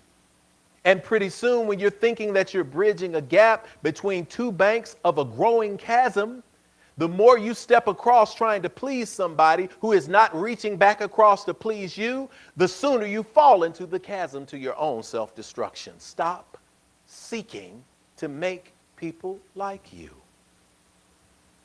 Because when you are seeking to make others like you, your vibration is low self-worth.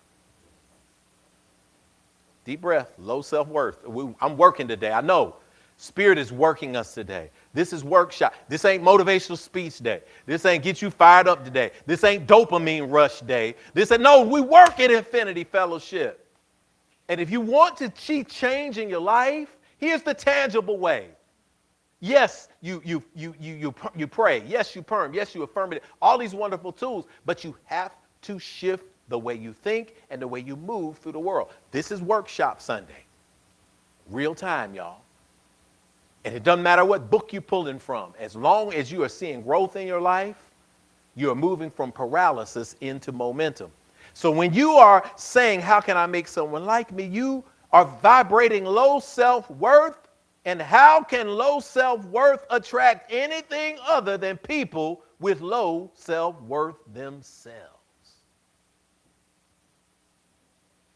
If I don't feel good about myself, do you think people who feel good about themselves want to be around me?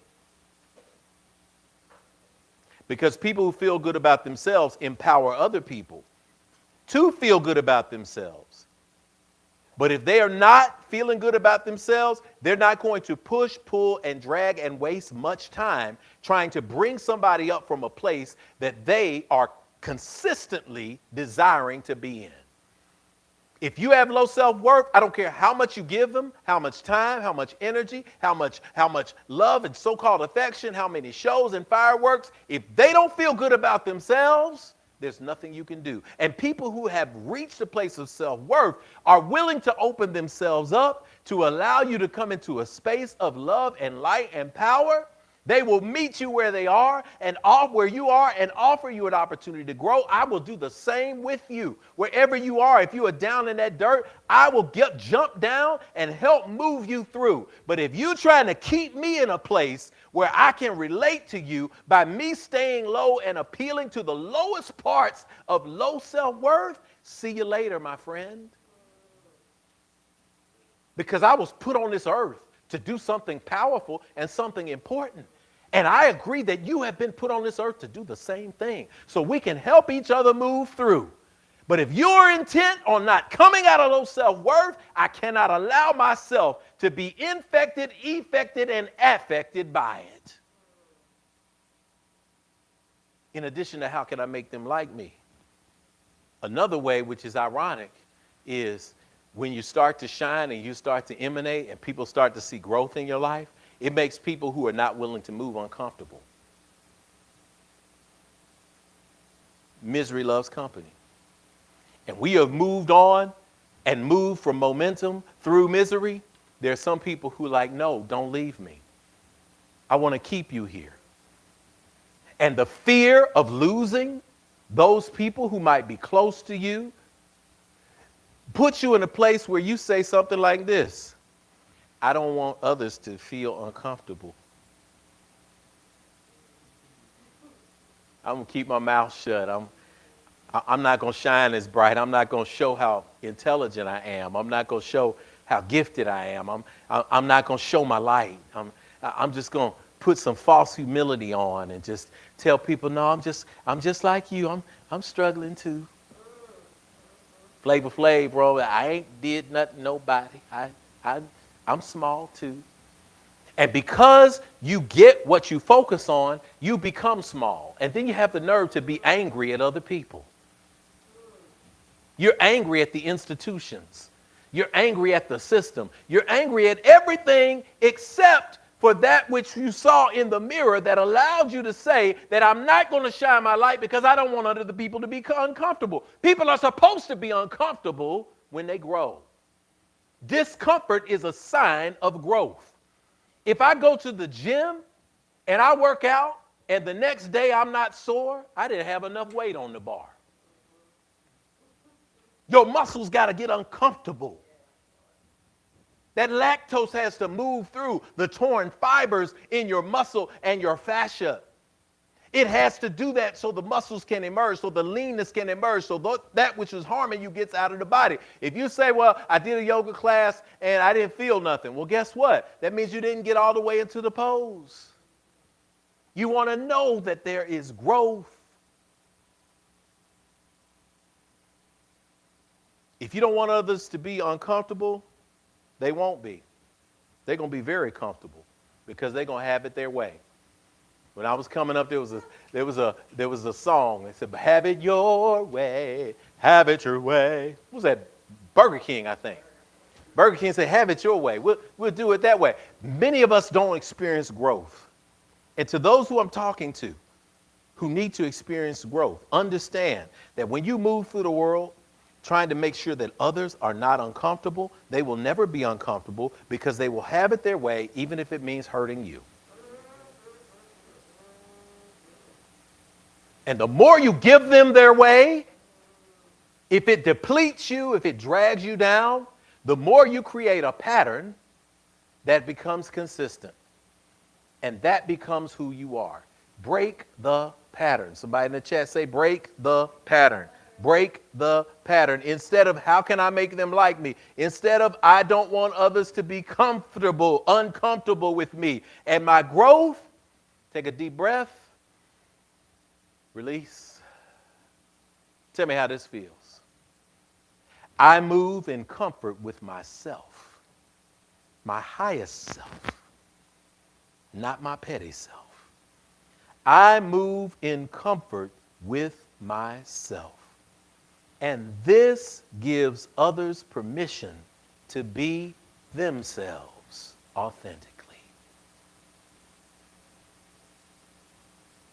I'm not saying it's going to be all comfortable all the time. But I'm saying that when you walk in a sense and in a space of comfort, and you begin to seek fruit in your life through your spiritual focus and practice, when you see that, you are actually given permission to others to do the same. You will radiate that light. I'm going to give you a quick little blurb that came out, and Spirit sometimes give me downloads in rhymes, and I want somebody to write this in the chat so that people can see this. Comfort with me equals acceptance of thee. Comfort with me equals acceptance of thee. When I'm comfortable and I can walk in any place, when I'm comfortable in sharing what my gifts are in the world, then I give you permission to do the same. That means I can accept you too. That means that if I have a book that is coming into the world, if I have a message that is coming into the world, if I have an institution that is coming into the world, and you have the same or a variation of all, instead of being uncomfortable, I'm saying, great job.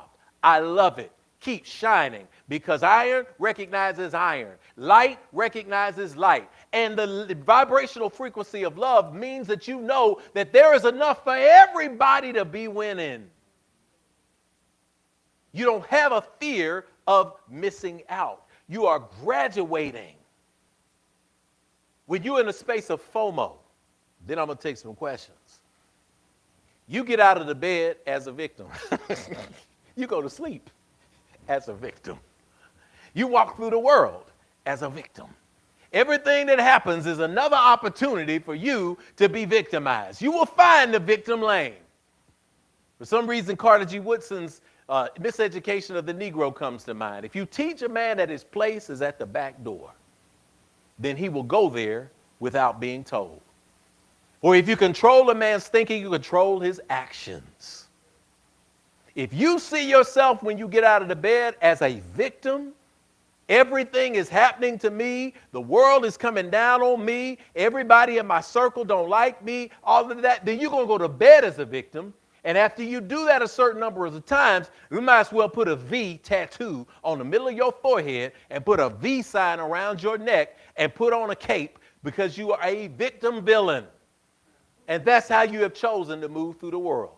And you can't blame it on anybody but you, because you have adopted the fear-based paradigm of FOMO. See, sometimes fear of missing out is knowing that you are a victim and acting as if you are a victim. Because you are acting as a victim, as you are moving through the world as a victim, when you don't know any other place, then you look for places where you can show up as the victim so that you don't miss out on the party. I got to show up to the party so I can tell my tragedy story. I got to show up to the party so I can be a part of the pity. I got to show up to the party so I can tell you, I know what I mean. I've been through this too. This terrible thing happened in my life, then the next terrible thing happened in my life, and then something else happened after that. And best when I thought I was getting up out of it. You have decided to play that role in life. How's it working for you? How's it working? Is it working to be weak? Is it working to be a victim? Is it worth it to watch the world pass you by and you not participate in things, but you say, this is happening because of everybody else? No, it's not working. I'm going to answer the question for you. Because I've not met one person in my entire life that it works for. I'll tell you what it does do. It drives you to an early grave.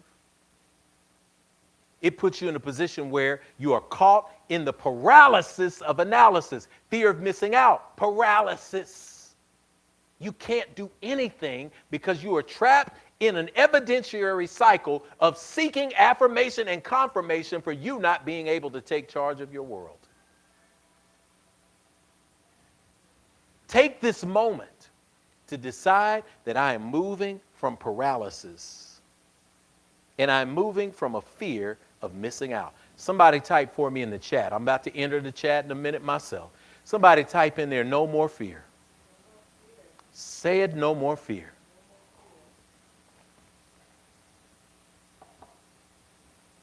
Today's topic, before I take some questions, and if you have them, cue them up. I don't care what they are. You have an opportunity to have real spiritual engagement today before we close service. I want you to focus differently.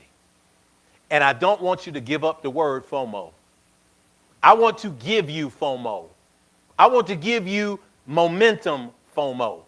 But it's not going to be based on fear. And it's not going to stand for fear of missing out. FOMO from here on out means focus on my opportunity. Deep breath in. Deep breath out. Somebody in the chat say that. Focus on my opportunity. Got a new FOMO for you. You're going to focus on my opportunity. You see, when you focus on your opportunity, when I say I am focused on my opportunity, then I go from victim to victor. Instead of being the person who is taken advantage of, I become the leader because I am now in charge of focusing on my opportunity. I'm not focused on your opportunity. I'm not focused on being fearful of missing out. I am focused on my opportunity to shift the way I not only think about, how I feel about, but how I act in this world. And when I focus on my opportunity, when you focus on your opportunity, you go from victim to victor. You go from being the victim to being the victor. And when you add the connection to your purpose, you are giving yourself your why. So when you add yourself your why you are here, you go from just being the victor to scoring the victory. Because the difference between a victor having the victory is the why. That'll hit you in a minute. You add the Y letter, but you add the WHY in purpose. Add the Y to you being a victor and score the victory because you focus on your opportunity. Here's your opportunity for things to recognize as I get ready to switch the screen over. If you have a comment and it's coming up, if it's just an affirmation, Sister Lisa, you feel free to drop them on the screen. Keep this thing going. We got this wonderful energy going in the chat today. What is your why? God is your why. And I've had these wonderful conversations that I've had with my kids lately, and we had the opportunity to be in the car and have some profound conversations and doing some singing because we were blessed. We were blessed to focus on our opportunity. Why? Because there was something that popped up in circumstantially that broke us from the vibrational frequency of fear and missing out. We were up in the hills of East Tennessee, and for about an hour, we had no cell signal. So nobody could get on Facebook. Nobody could get on Instagram.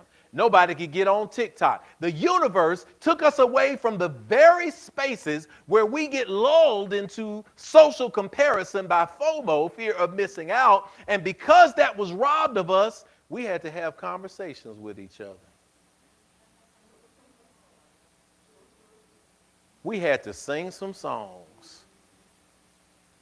We had to talk about life and growth and the Spirit of God. We had to get into some things. And because of that opportunity of the universe removing what would cause the first kind of FOMO from our atmosphere, we had an opportunity to focus on our opportunity. And I focused on my opportunity to have a conversation with my family. I focused on my opportunity to sing the bass line because KC3 had 3-part harmony going. I focused on my opportunity to drive and put the gas. I focused on my opportunity to eat up every cheese stick I could get from the drive-thru because I was hungry. I focused on my opportunity to laugh with my family. I focused on my opportunity to be silly. I focused on my opportunity to experience those in my circle. What's your opportunity today? Because you have everything that you need. God, how you define God. The conversation continued when I got home and my daughter came to me. I hope she don't mind me sharing, but she's had friends who have gone through the process of proselytizing, and they're told that they have to convert people to particular religious faiths and traditions and defend those things. You know, we do wonderful things like that to our kids because guess what? We're trying to affirm where we are. And that's fear of missing out as well. That's social comparison theory. How can this person be successful? How can this person be joyful? How can this person be smart, full of light, be a being of love? How could they do all of this when I, who am in a very religious space, am always negative, nasty, and mean? How can they who are not in this space exude this light? So it comes as attack sometimes. So we start unpacking the nature of God. And the nature of God is goodness. The nature of God that you accept, and whatever you call that name, it should be a space of goodness. It should be a space of love. And the thing that I want to leave with you as you focus your energy around the God of your acceptance and understanding is the understanding and the acceptance that God is first and foremost your thought and accountability partner. You are not alone. Even if the people that you wanted to be around that can affirm you, that can stroke your ego, that make you think that that's what you're looking for, even when they dissipate, when you center yourself in this divine space of reflection and practice, of meditation and revelation, then you focus on the growth and the recognition that you have an eternal thought partner that is always operating with you. When you reflect on the lessons that your ancestors gave you, that your teachers, that the people who were friends who truly loved you and did not expect anything out of you except for you to be a being of light and love too. When you reflect on that, all of that is a part of your spiritual DNA now. That is the reminder that you are not alone. When you come to this space, I speak on Sundays, that you feel and that you know that you are not alone. That on this journey, you are expected to step to a higher plane. Let me say it. You're not supposed to step into a higher plane so that you can then go out in the world and tell everybody how you radiating higher than everybody else. You're still operating in the lower vibration of FOMO. But when you're focused on my opportunity, you're saying, I have an opportunity to live life and live most abundantly. Why? Because as I wrap this, all faiths, all paths converge in one agreement. This is the one time around that you got in this consciousness form called you. This is the one time. We got it. You ain't never going to be you like you are right now again. You're not going to have the same parents. You're not going to have the same schooling. You're not going to have the same harsh life experiences. You're not going to have the same trauma that you are responsible for healing, dissecting, and doing self-interrogation around. And you've reached a point of consciousness now where you've decided to make a change and a choice that is going to grow you. And that's your opportunity today. So whether you identify with a path or not, we all agree. You and me right now, this is what we got. Let's do something awesome with it.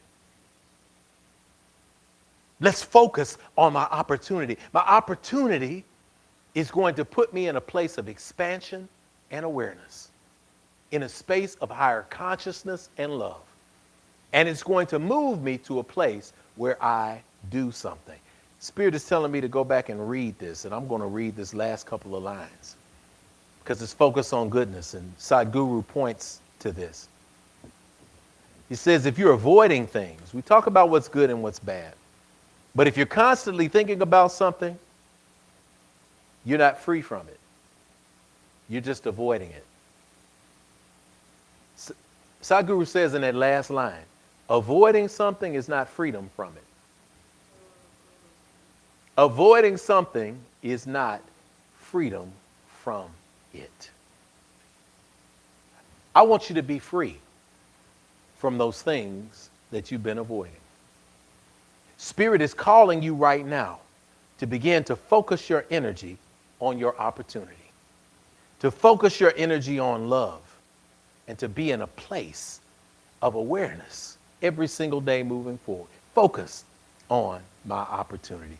So it is spoken, so it is received, and so it is.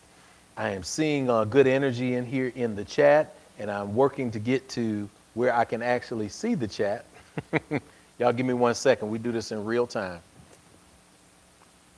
Okay, good. If you have a question, comment, observation, by all means, put it into the chat so that I can see this. I appreciate this.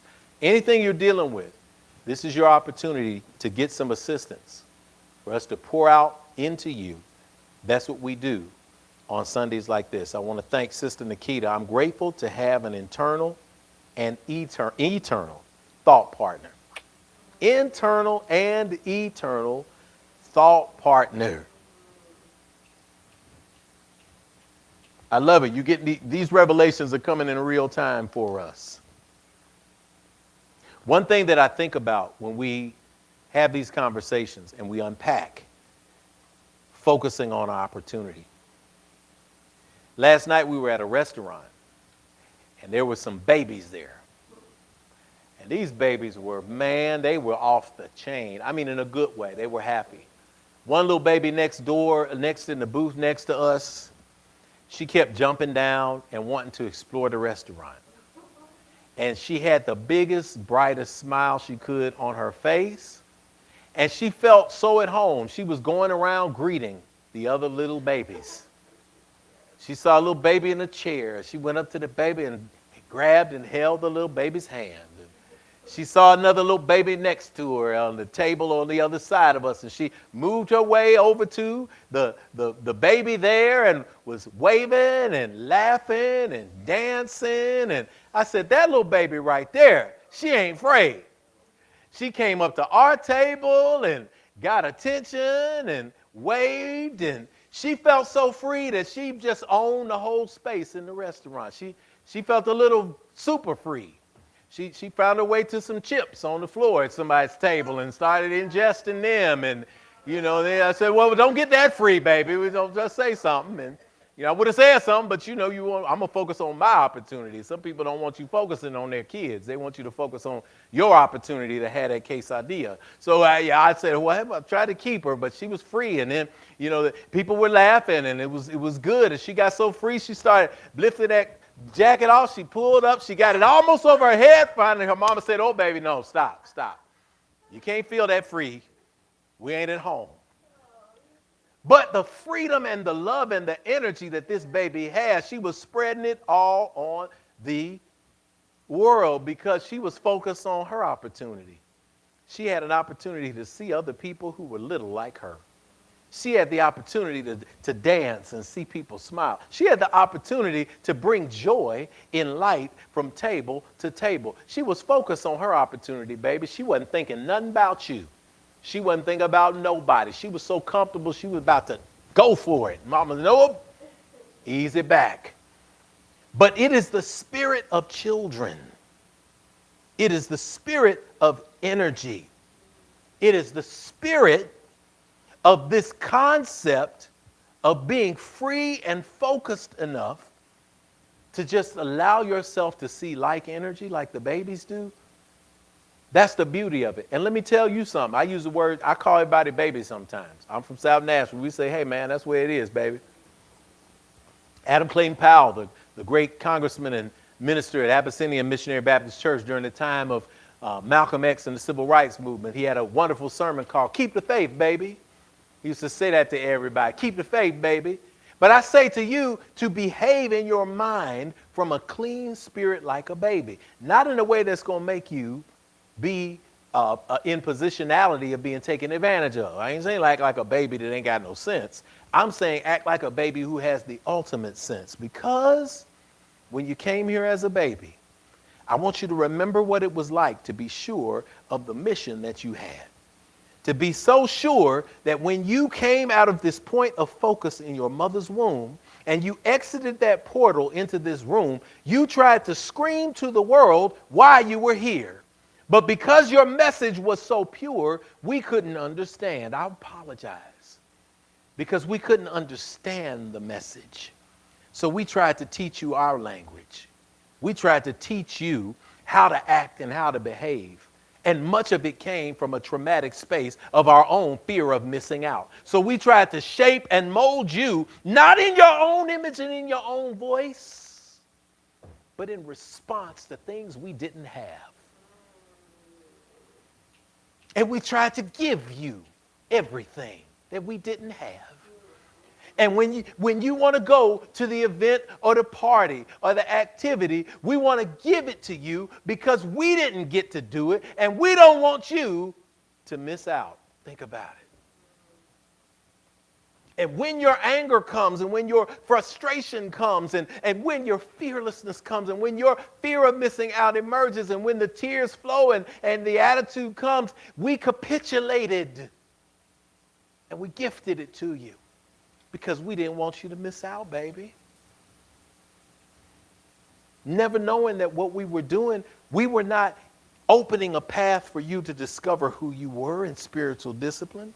We were recreating the exact same events that happened in our lives that made us fearful, that made us scared of not being invited, that made us scared of not being popular. So we apologize, and instead we embrace the understanding that this is why elders in families are so good with young babies. You ever seen an elder interacting with a baby? That baby can be screaming, not talking, breaking their finger, doing everything that they could try to with their teething. They could do all of that, and you could put that in the hands of a grandmama. Or put that around an elder with a hat on, and that baby will grow into a space of silence and begin to bib and coo in perfect peace. And it's as if they are speaking the same language. They are speaking the same language because the baby has just emerged from that space of creation, and the elder is steps away from the doorway of returning.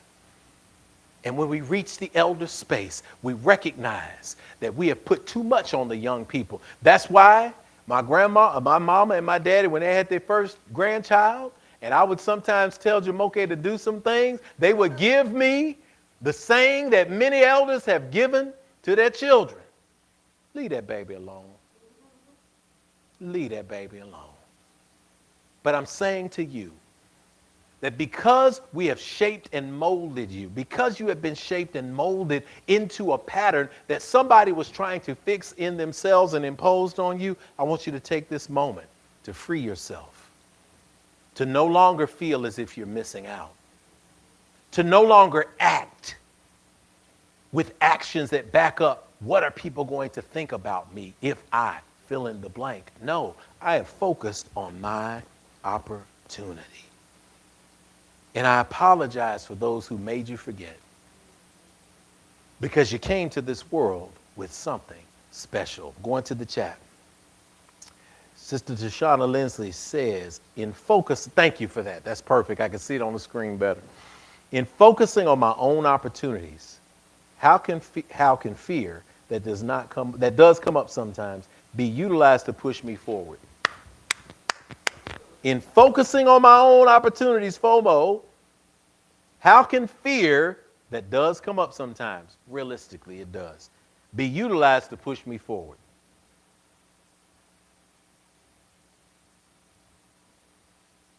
I've never met an exceptional actor, actress, an exceptional performer, an exceptional speaker or presenter or academic that did not experience fear before they stepped into a stage, on a microphone, in front of a camera, or clicked open a presentation. I've never encountered in my many 3 decades plus, almost 4 decades plus of professional life, encountered someone in those categories who did not experience fear. It may have been, as James Brown said, I break out in a cold sweat. It may be that what they call butterflies for some, or destroyed stomach and intestines for others, begins to boil up in this place in the sacral chakra area in the middle of your stomach. And regardless of if you got that salt crystal that doesn't really work, or the 24-hour or the 72-hour or the clinical strength deodorant on so that you don't get a spot in your clothes, you feel that trickle before you go on. I don't know anybody who hasn't experienced it. That is fear. It is the same fear that is natural when you're getting ready to step into the street and you see a car coming. Your fear sense says, hey, self-preservation. The difference between the excellent, those who will execute, Shauna, and those who will remain in paralysis is that they see the fear not as something that is harmful, but as energy. Imagine that fear is energy.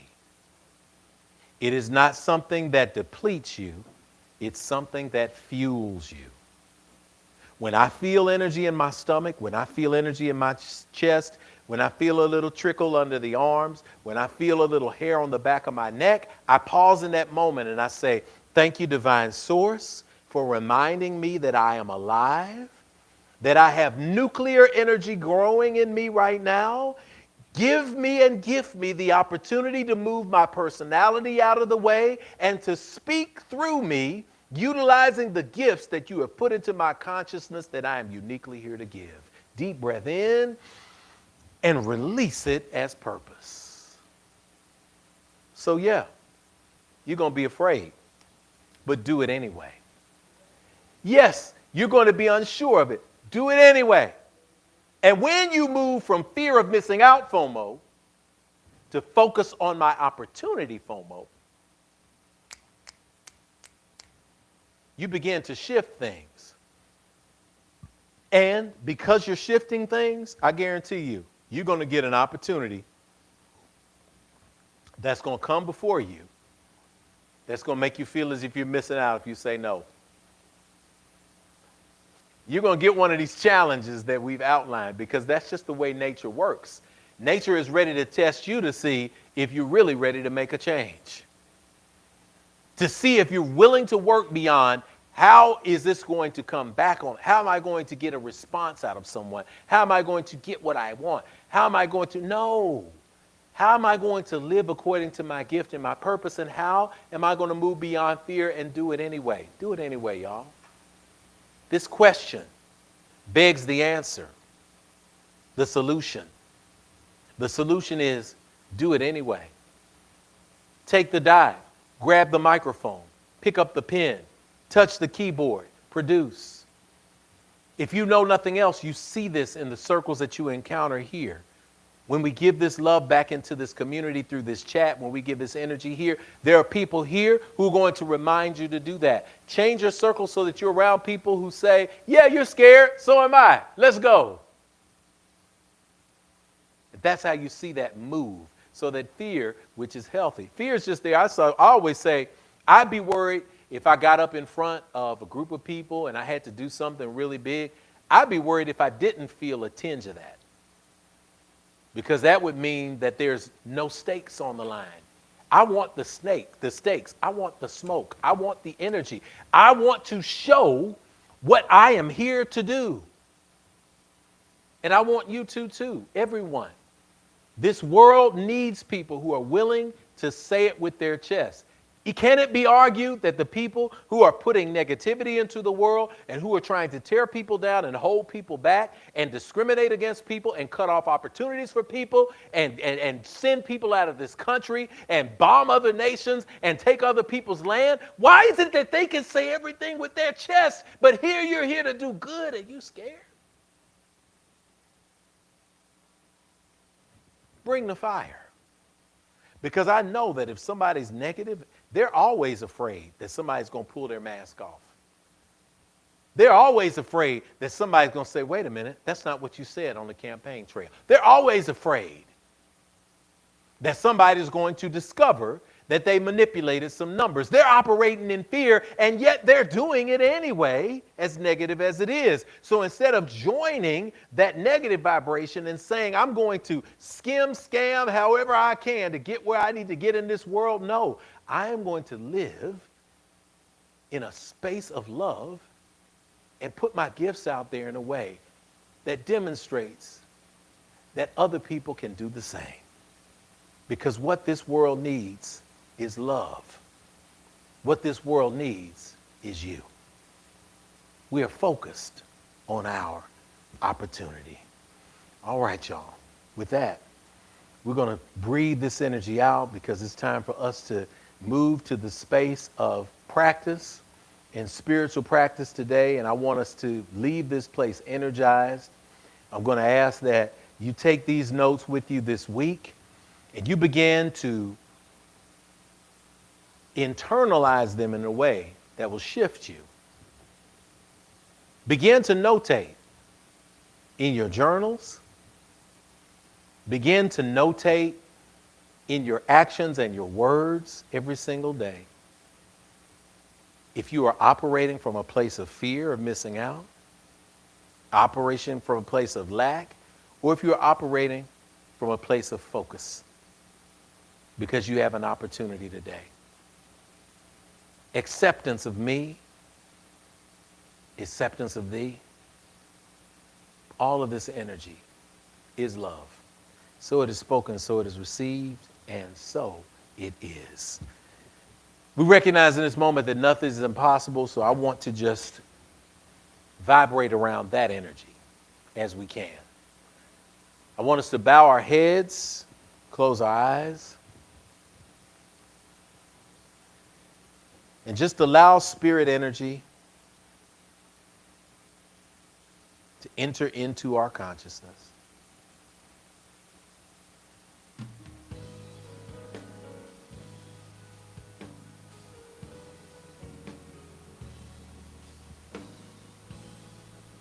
For a few deep breaths, I want you to focus on God.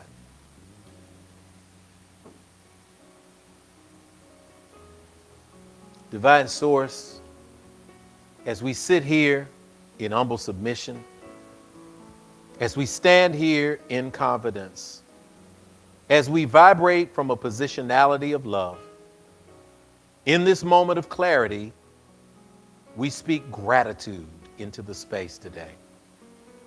Thank you for every word that has been shared. Thank you for every song that has been sung.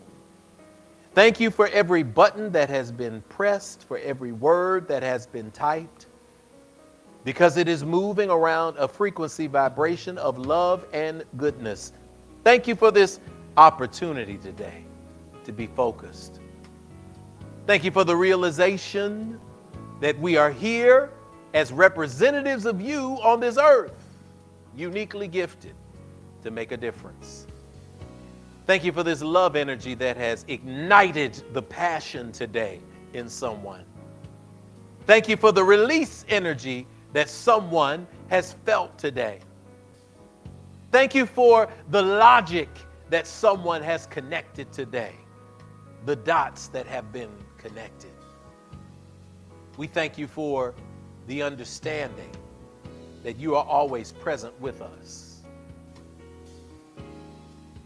As we breathe in this moment right now, as we proclaim in this moment right now, we embrace in this moment right now this overarching understanding that as individuals we get to say to the world from the moment we wake up until we program it into our subconscious, I am focused on my opportunity. I am focused on opportunities to grow, to expand, to love, to being a bringer of peace, to be the person that lights up a room when I enter,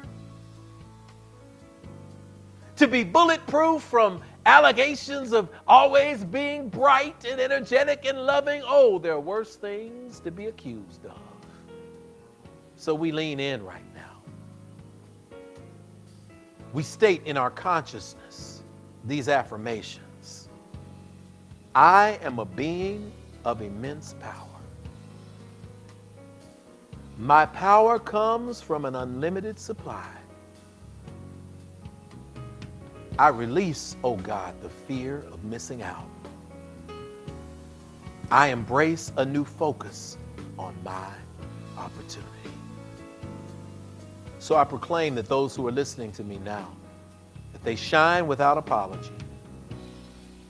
They grow and expand from old thinking into the new. That we operate in momentum with divine purpose. We have shifted. No more paralysis. We are now moving. We are gliding. We are opening our hearts. And we are existing with the divine momentum that you provided with us. And so we give thanks today. So we proclaim that we will move forth in alignment without fear.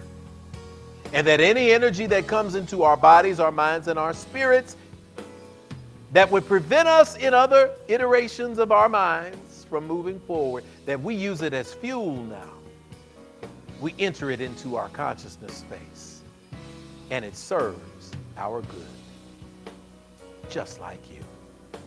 Inhale and exhale.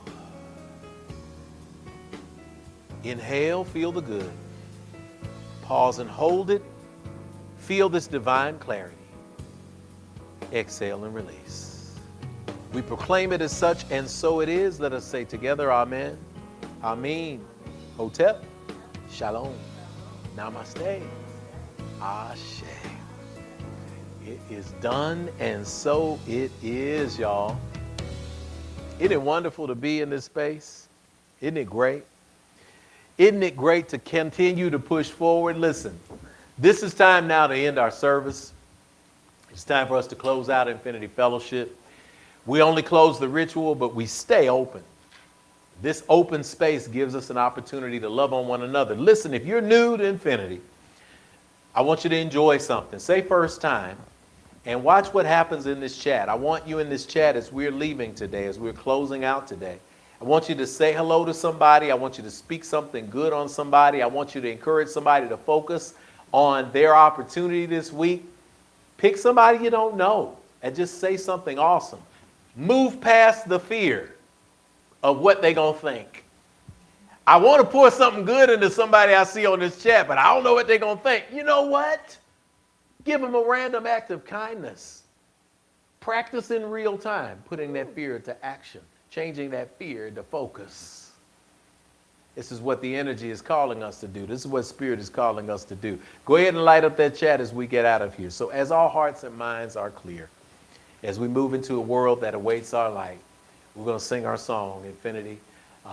It's a song that we close out with Infinity Fellowship. I'm going to invite you to say hello in the chat. Listen, love you guys. Thank you for everything that you've contributed today to the discussion, to our tech crew, Sister Alicia Hamer, who's been running our stream wonderfully and righteously, Sister Kai, who has been running our audio, Sister Kamaria, who has been running our video. We are here, we are growing, we're glowing. Next week is Yoga Sunday, y'all. I want to see y'all on those mats.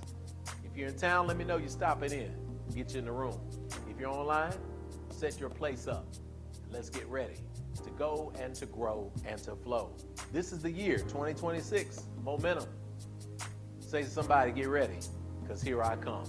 We love you guys. Share this with somebody today as we continue to lift each other up. Let's put the words on the screen and hear you singing around the world.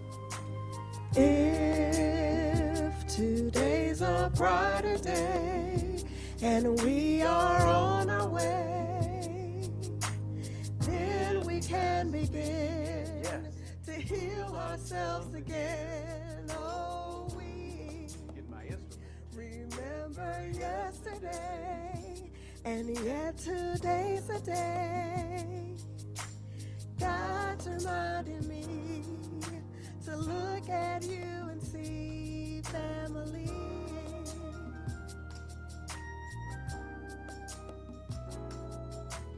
If today's a brighter day and we are on our way, then we can begin to heal ourselves again. Oh, we remember yesterday, and yet today's a day. God's reminding me to look at you and see family. God's reminding me. God's reminding me to look at you and see family. God's reminding me. God's reminding me to look at you and see family. We speak that the love of God, power of the ancestors and the cosmos, rest, rule, rock, and abide with us, hence now and forevermore. Let us say together.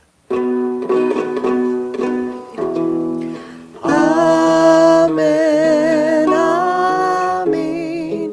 Hotep shalom, namaste, ashe.